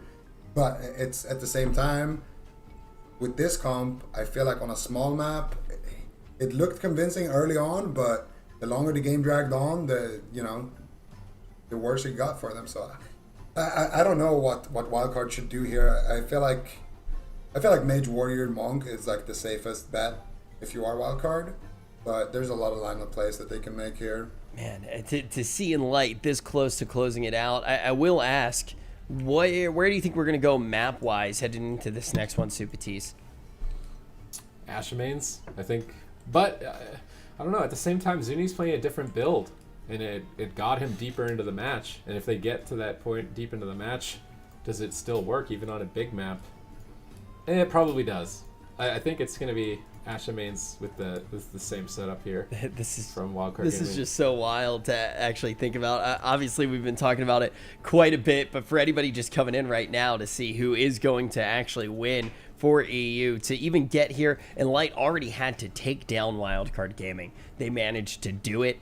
And then Method Black. Then they go up against Method Black again to face Wildcard Gaming, and now they are looking so good to actually take down this squad. And one more map will be enough to do it. One more will be enough to crown them as the champions of this second cup. And Zico, you already started to talk about how big that is for the entirety of the year with standings the way that they currently are. Well, it would put a first place tie between Wildcard Gaming and Method Black if Wildcard loses this next game. So obviously Method Black are going to be happy about that we got knocked out, but at least so did Wildcard. Because when they look at the points, that's their main competition right now. But I also, because the team that was 3rd and 4th in the point standing both aren't here today, and they didn't make the top 8. One of the teams disbanded, the other didn't even make top 8. It just gives nLite a chance to be the 3rd team essentially. So I feel like nLite has a massive opportunity right now to kind of just pull themselves ahead, because I feel like as the jungle, you're not going to have a performance like this that many times, I feel like all the teams are going to go home and you're going to put a massive target on your head if you're taking out Wildcard and Method Black with the jungle. They're going to find an answer. Yeah, that is definitely the thing, right? When you're talking about progressing the meta, the second that you do enter it into the equation, people are going to start trying to figure out answers and push it even further. Now, Ruins of Lordaeron will potentially be the last map that we do go to, and nLite picking their composition right now, and the only potential tweak that maybe we're expecting to see is the Priest coming out, but Healing Stat, I feel like the Priest is but a dream at this point. Yeah, I mean, they're living the dream right now, and it doesn't involve any priests, so Zunyaki is going to be very happy with himself. I mean, this guy's been a legend, right? Like, he's played the Shaman at BlizzCon, he's played Priest for such a long time, both Shadow and Disc, now bringing out the Mistweaver and looking great. And I wanted to talk about the point with Wildcard and Method Black as well, because on one hand, you've got Method Black being like, well, we're happy Wildcard isn't winning this because they won't leapfrog us in points. I believe the two will be tied after this, assuming they end up in second. Mm-hmm. But on the other side, like, look at the added level of stress now. Like, before, Method Black and Wildcard Gaming were only worrying about each other, right? So they were just like, okay, what's the other team practicing? How do I beat them? How do I beat Warrior Mage? And now, like, this is a massive nLite curveball, and I feel like this happens every year. There's one cup where nLite will just destroy everyone, win the cup. I think it happened last year too, right? Didn't they win the last cup? They didn't have enough points to qualify to one of the lands, but they came through and just crushed everyone with the jungle cleave for one cup, if I remember right. I think, like, this is a team that's capable of being like that, and, you know, with circuit format coming up, it's going to be all play all.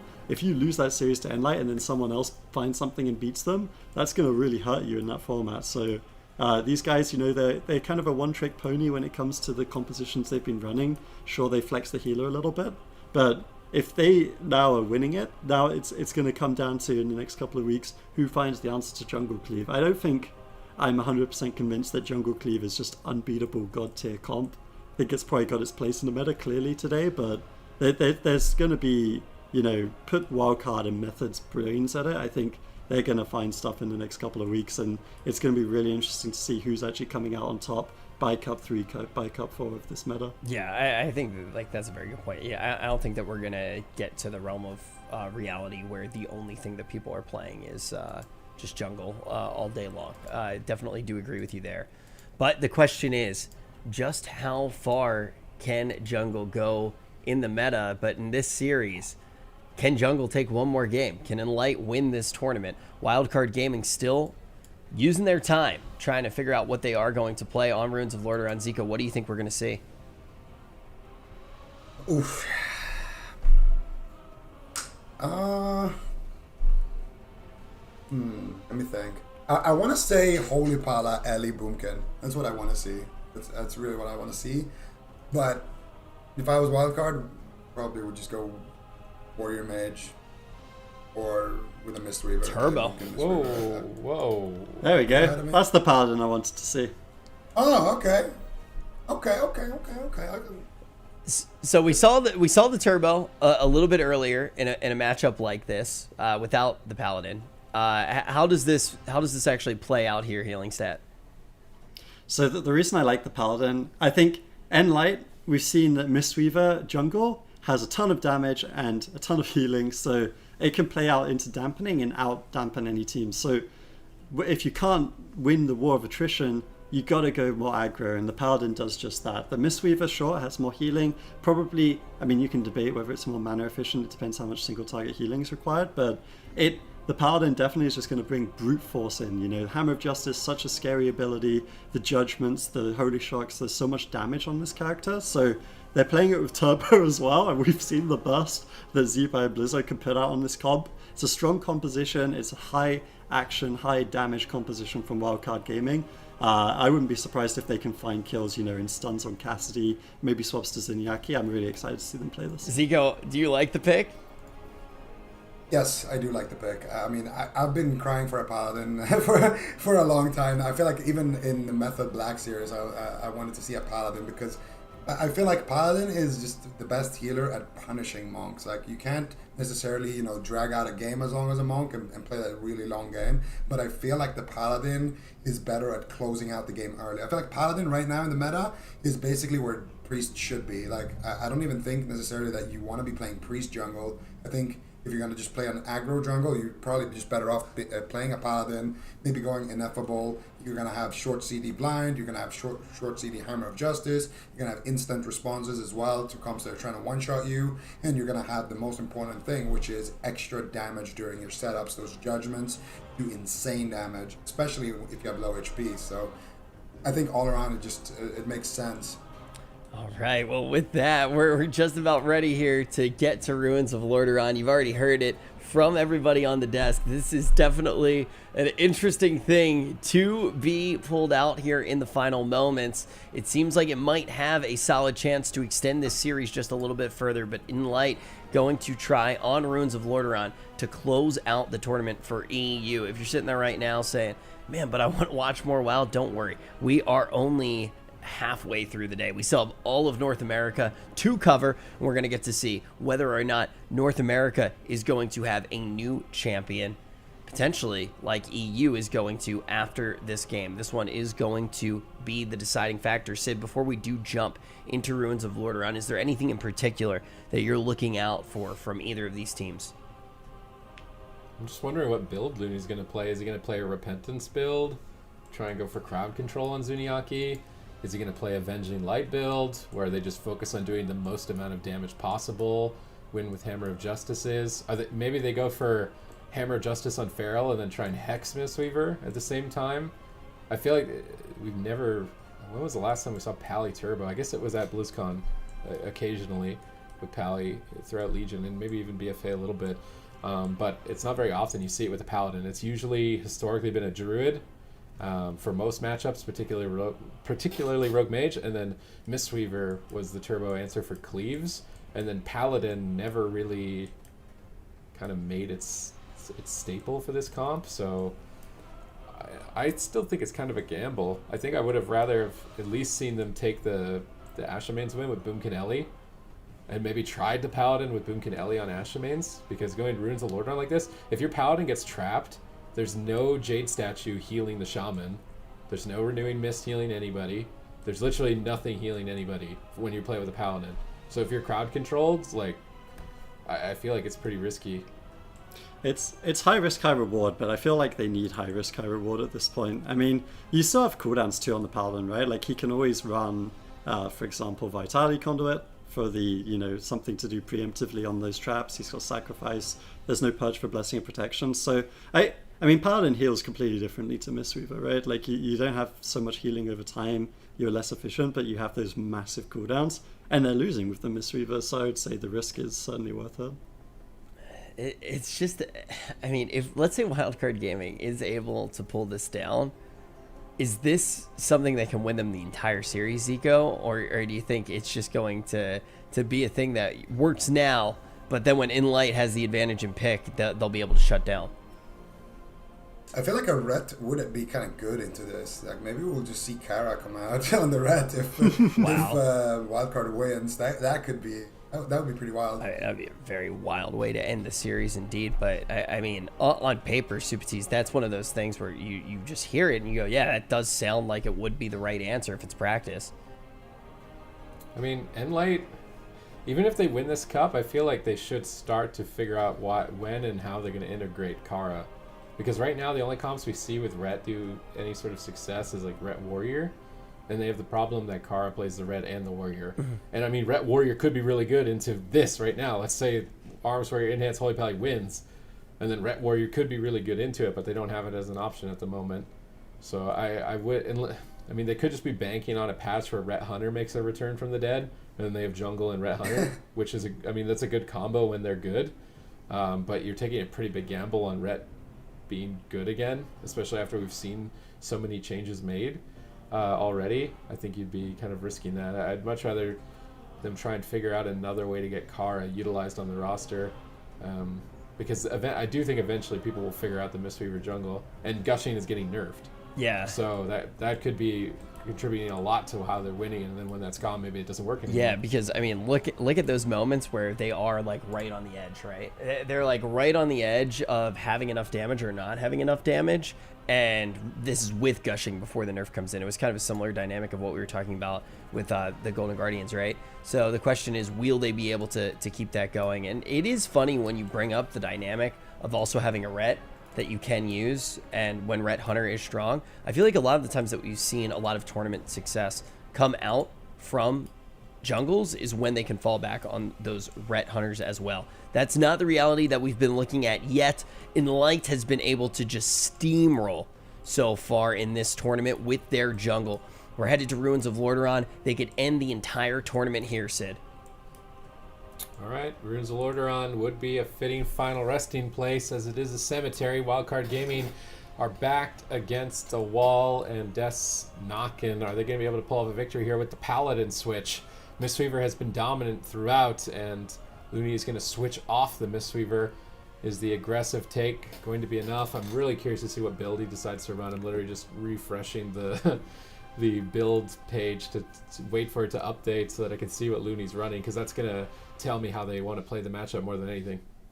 Yeah, I'm looking at the builds too. Also, he said it, chat. He said it. He said the thing. It's Ruins of Lordaeron, potentially the final game here for nLite if they can win it. Meanwhile, Wildcard Gaming are looking to take this one the distance like my hair in quarantine.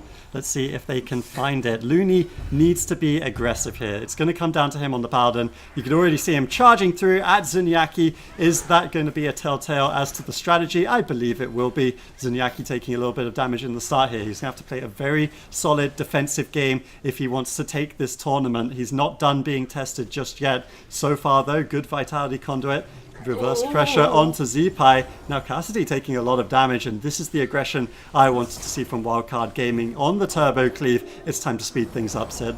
Oh, Looney's moving in. He wants to go for a Hammer of Justice pretty soon. Is he going to be able to get in position? Zuni needs to move away from Looney as soon as possible. Looney's moving in. He uses the Judgment to try and reduce that cooldown of his hammer. He pre-life cocoons Cassidy. The damage from Wildcard Gaming is quite literally insane.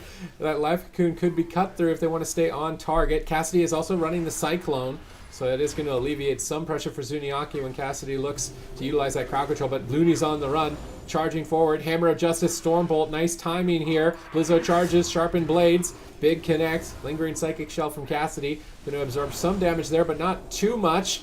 Zuni's repositioning away from the pummel, portals away from Blizzo to pick his team back up in the fight. The Paladin is looking a lot more sturdy than I anticipated, although when it's freezing trapped, is it going to be as sturdy? Blizzo pre-lingering Psychic Shells, the incoming stun, nice read, he's going to take 0 damage. They should switch to Zeepai, but they're not finding momentum. Yeah, but they're just trying to wither down all these cooldowns here. Looney is in a Cyclone, so Cassidy is playing Cyclone. I think it's very intelligent. Looney also could taunt the pet as he is getting trapped. So whenever they trap Looney, they have to do it out of a stun. Otherwise, preemptive sacrifice. There's a lot of things that the Paladin can do to kind of avoid that. Looney now pushing in for a Hammer of Justice. He's kicked right now. If they can follow it up with a stun, there it is. Stun into trap coming out. You're stunning to Cyclone. Gets cancelled. Zeepai dropping the grounding totem there. Facile jukes it out. Gets the trap on the Divine Favor. And now all of a sudden, big damage are about to follow here onto Blizzo. Dress comes out. Looney now activating his Avenging Wrath, those wings. And look at Blizzo's HP back to full. Cassidy now taking huge damage. Big swap to Zuniaki. Just used his Life Cocoon onto Cassidy, but he did activate that Fort Brew to boost the Cocoon. And then he got swapped on with that Fort Brew damage reduction still. So bit of a blunder there from Wildcard Gaming, but they could still push Zuni over if they can keep getting uptime onto him. But Cassidy's making it quite difficult with those Cyclone attempts.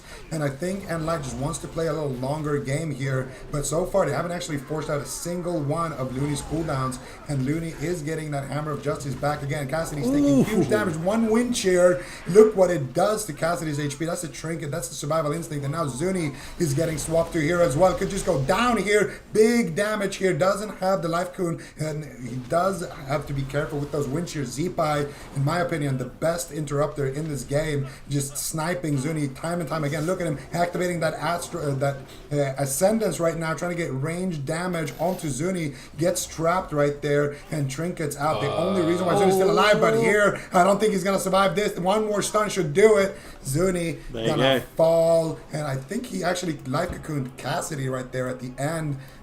His life cocoon did go off, so I'm pretty sure he just could have survived there. I think he did before the stun lock, and they swapped him because of it, if I saw correctly. Well, I guess we'll see on the replay. But either way, I mean, that is a lot harder to heal than some of those slower Moonkin Elemental games. Zinyak really being tested in that one. It definitely is. Let's actually try to break down exactly how this one did come to a close. Super Tees, well, what caught your eye in the final moments of that game? I think the builds in particular. So Cassidy and Facile went full Gushing Wounds, and Looney went an honor talent called Divine Vision, which reduces the damage of shadow damage over time effects by 15%. And Gushing Wounds is shadow. So in my mind, I was expecting Cassidy and Facile to play verse, at least some verse, and then just win with crowd control. They were way squishier than they needed to be. But even having said that, their offense didn't look too great either. I mean, the Paladin I was expecting to be a bit more flimsy, and it was really sturdy. They didn't get a bop or a sacrifice the entire game, so I don't know. Maybe this is the answer. I would definitely be a bit worried right now if I was nLite. Zico, do you think this is the answer?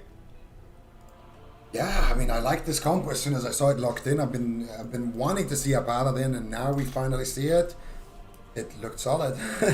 It definitely looked extremely solid. Now the question is, Healing Stat, in your mind, how does this composition lose? Right? It's obviously a very exciting composition. We've seen a little bit of it, and it looks like it's pretty damn good. But are there any weaknesses that jump off the page to you where you go, okay, maybe if we take it to a map like this, maybe if there's some strategies or gearing choices like this, it won't be able to close it out? Yeah, so I think this is going to come back down to nLite's lack of depth in their roster, because Paladin Turbo, I could think of a number of things that I would love to see played into this. You know, Rogue Mage I think would be great. In fact, probably a bunch of Mage comps, because there's an Enhancement Shaman and a Holy Paladin.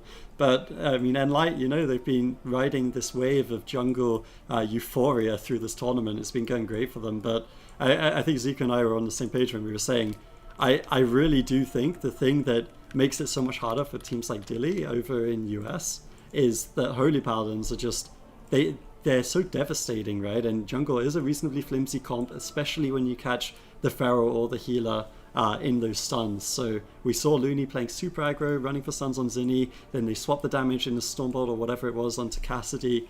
I think for nLite, they had the right idea of just going full aggro talents and trying to run them over, but I think they're almost relying on a mistake unless they can make some sort of comp swap of their own. Maybe the disc, I don't know, I'm not convinced. Maybe the Rep Paladin, again, not convinced, but they've got a couple of games to work with. Okay, well, let's see what the next game does have in store.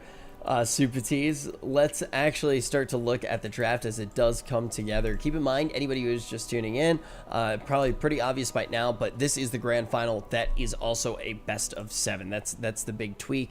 It's been very important to keep your minds on. This was something that Zico and kind of everybody did point out, that maps in the map pool actually getting small shouldn't affect the series that much with the compositions we're seeing, but it does lead to situations like this. We're headed to Mugambala, the Prophecy.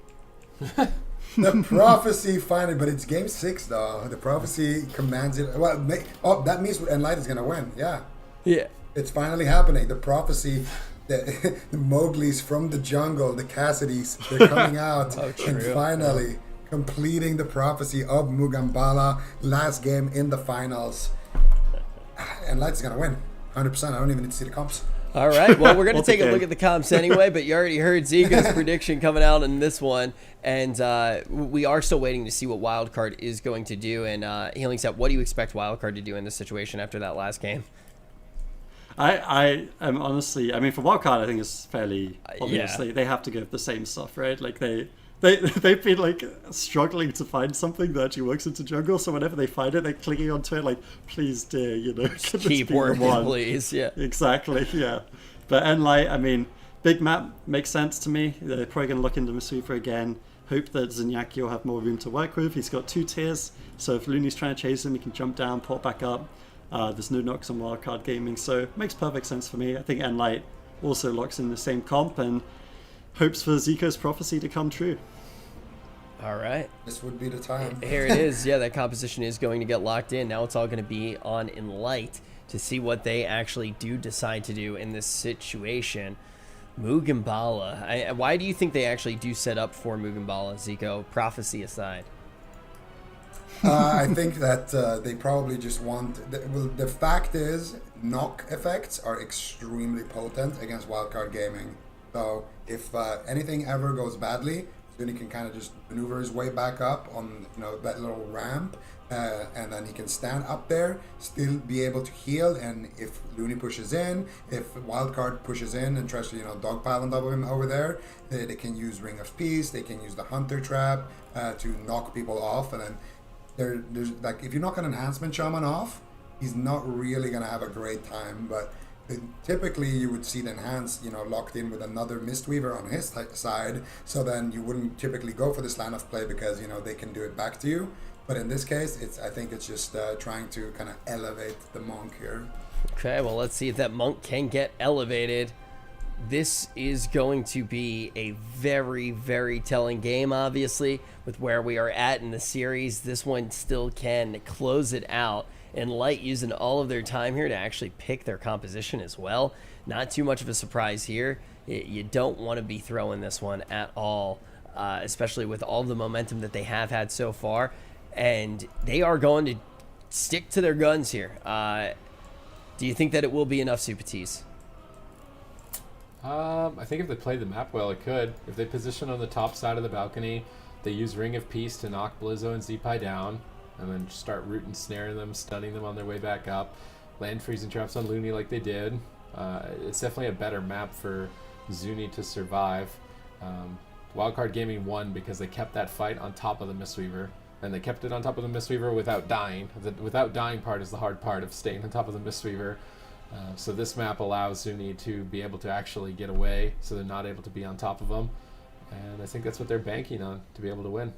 All right, well, Mugambala going to be the map that it's going to go down on. Always a surprise and a pleasure to go to Mugambala. It doesn't happen very often outside of the best of 7 series when the map pool really does start to dwindle. A map that a lot of teams were kind of spooked out by for quite some time. Wildcard Gaming, like Healingstat said, every time they get close to something that might look like an answer, they try to cling on to it. It's what they need in this series is an answer. Is the Paladin and the Turbo going to be enough to get them a victory? They want to win this series to be the #1 in the standings in EU. Already, Method Black no longer in this. They're bowing out 3rd place because nLite was able to shred through them. Can they shred through one more squad?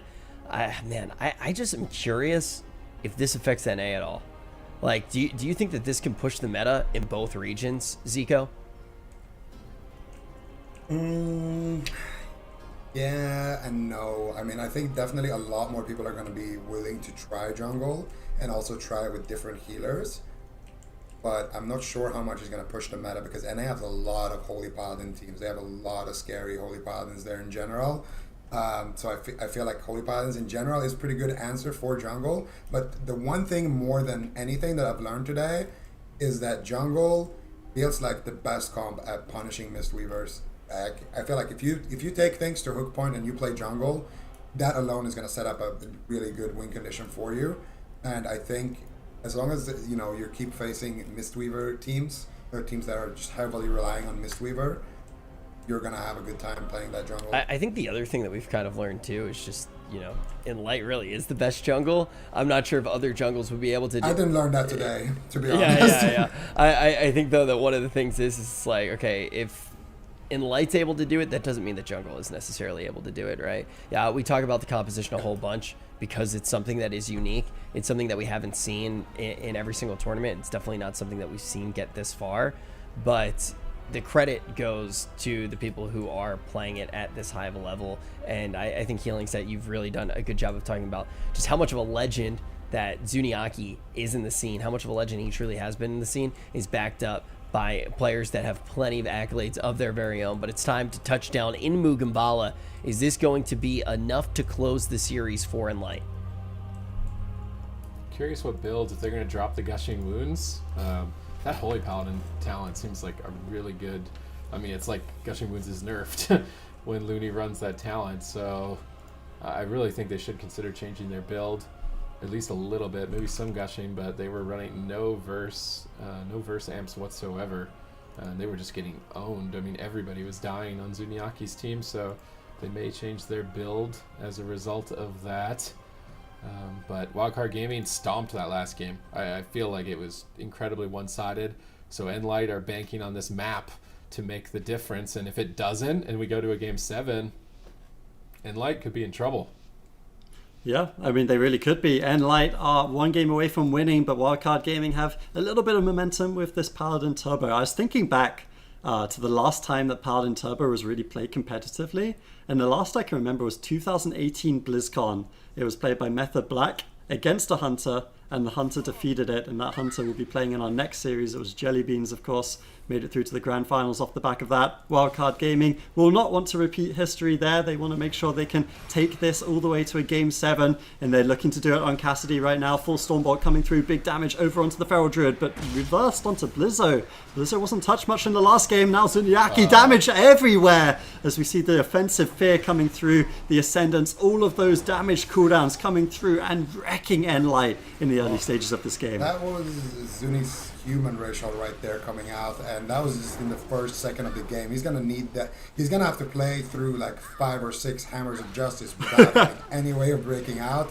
That is a scary opener here for Wildcard Gaming, already putting a massive lead on top of them. But Zeepai doesn't have his trinket. They get a trap here onto Looney, but I think it was Warbanner. Yeah, Blizzo again, always on point.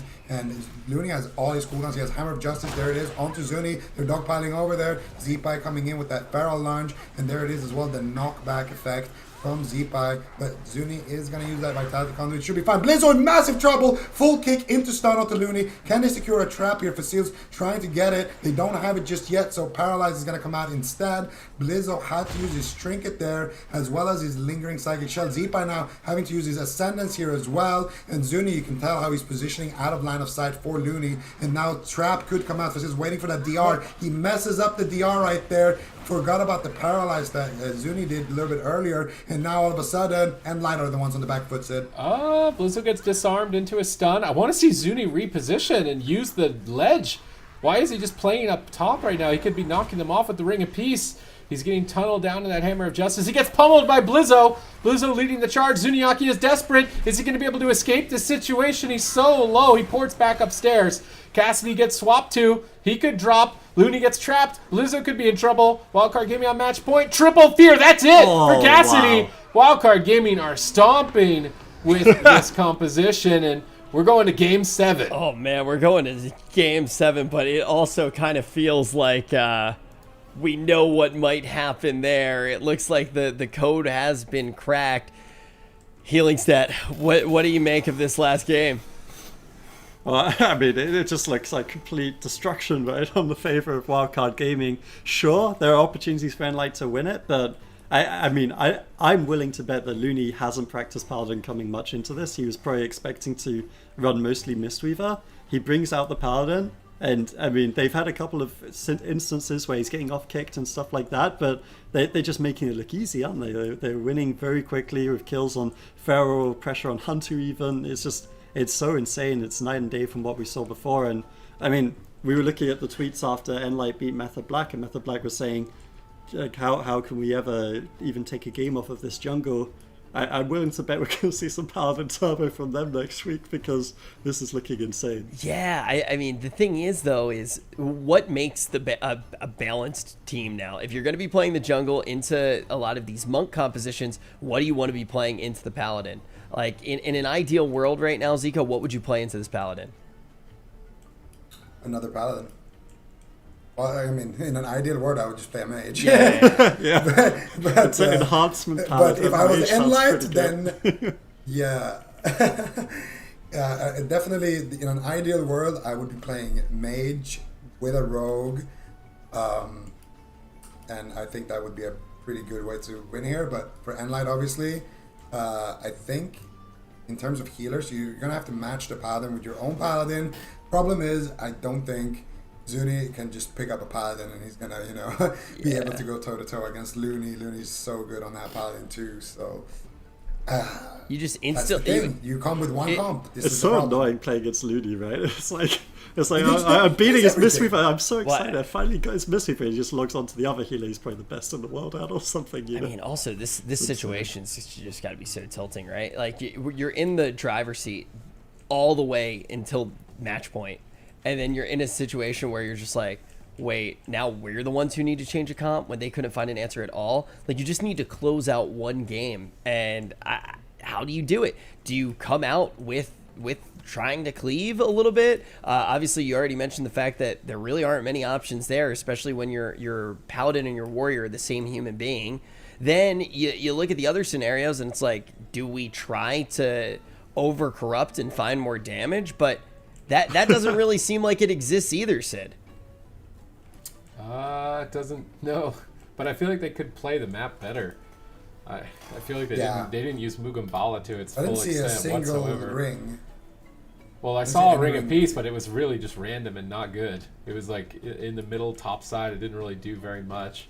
I was expecting them to just knock Blizzo and Z-Pie off the side, rinse, repeat, over and over and over until they get a freezing trap and win the game, but they never got that. They're going to Ashamane. They're going to play the same thing. I feel like they're going to play the same. They're going to get stomped if they do, I think. Freeze time? That's going to die really fast. Maybe not, but I feel like that's going to die really fast.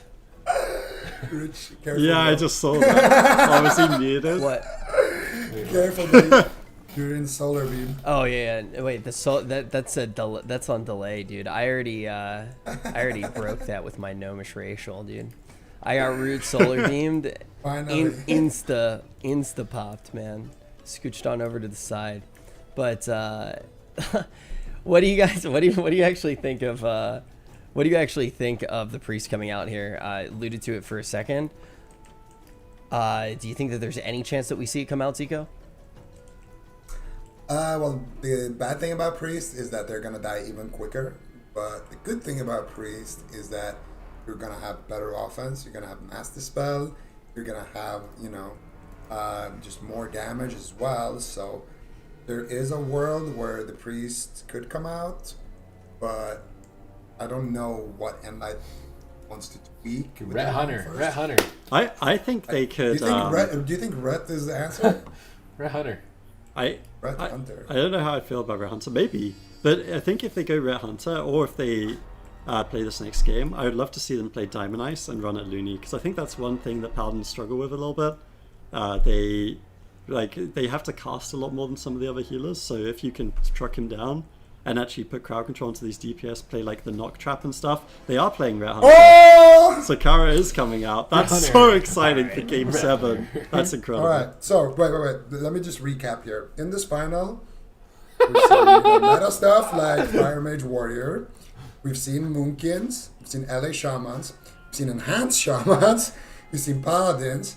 We're seeing Ret Paladin right now. And we're seeing a Discipline Priest. Gentlemen, welcome to EU.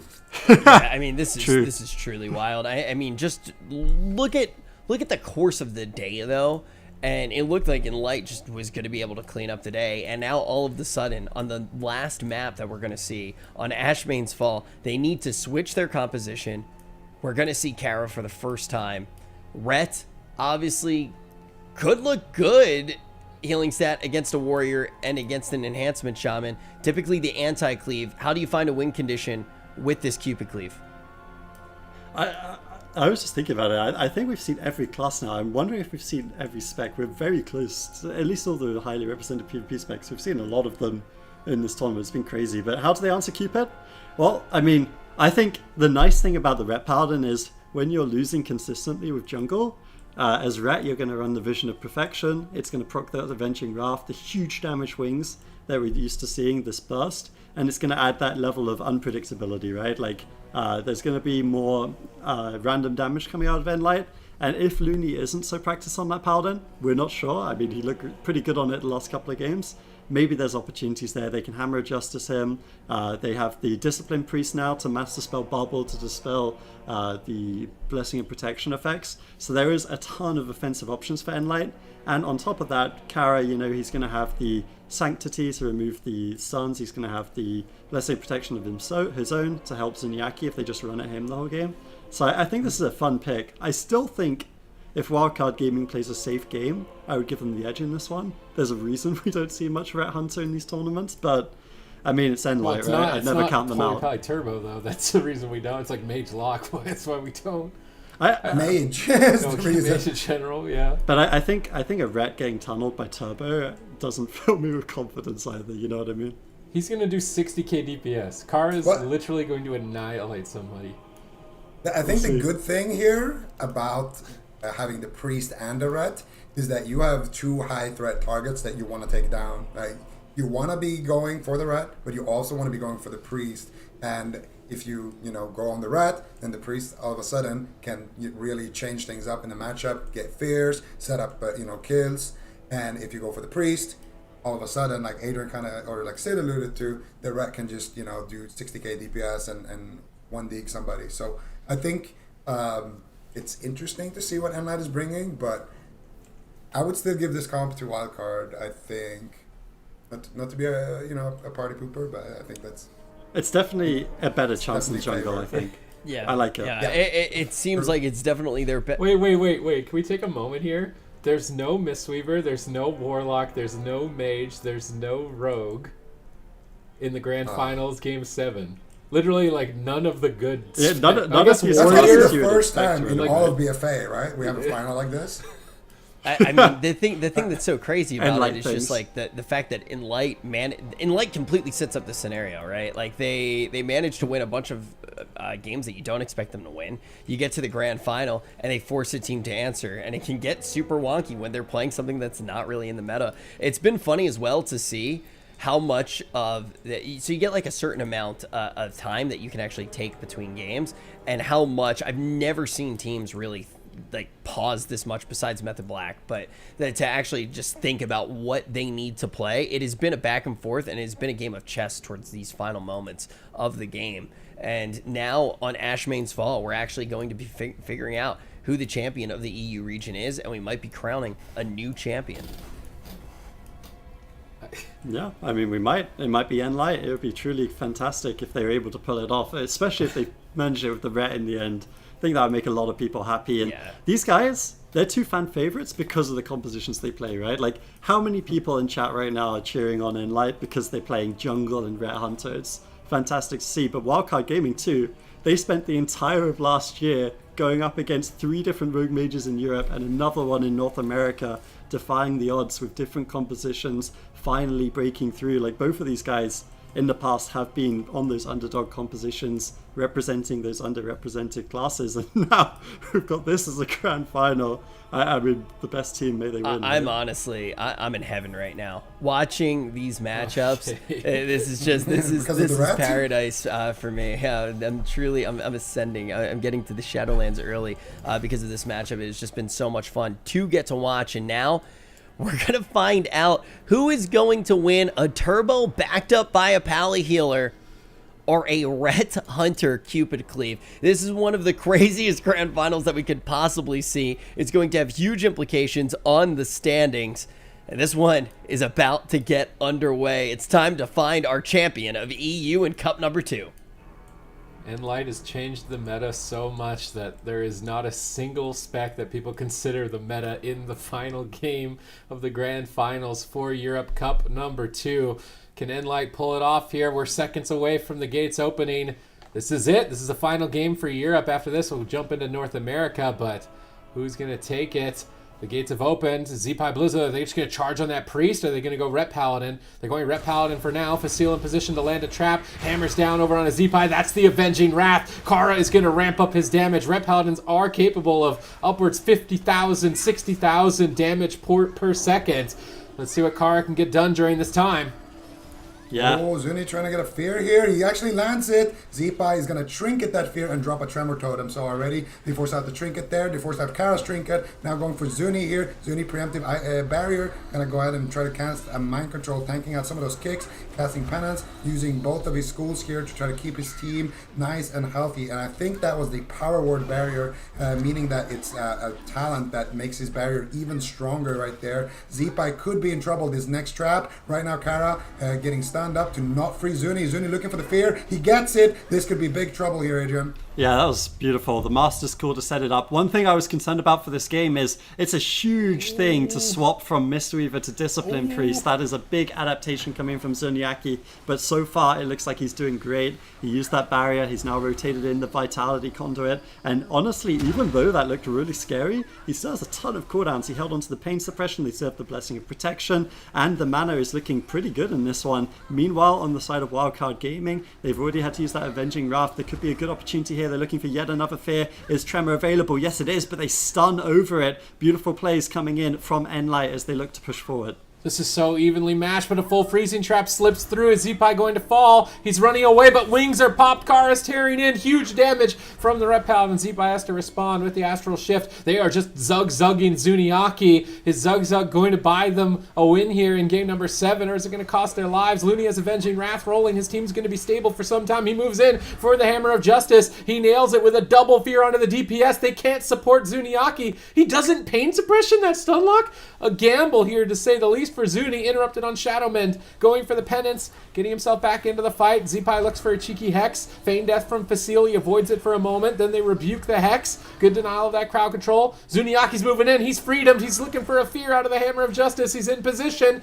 If they get this freezing trap and Fear, it could be the Divine Shield, but the Tremor Totem is laid down by Zeepai, breaking the Fear. They save the precious Divine Shield. Everybody on nLite is being torn to shreds right now. Wildcard Gaming's Turbo is online, and Zuni could just fall. This is insane damage. Vitality Conduit, Pain Suppression, Blessing of Protection, every single cooldown in the book, but they snipe a freezing trap. They need to win off this. Can they? Divine Shield is available. They're keeping themselves in it with this, but the Rallying Cry stabilizes. Bop over on a Zeepai. They stun Looney. They're so desperate to win before that Avenging Wrath comes up for Looney in 20 seconds.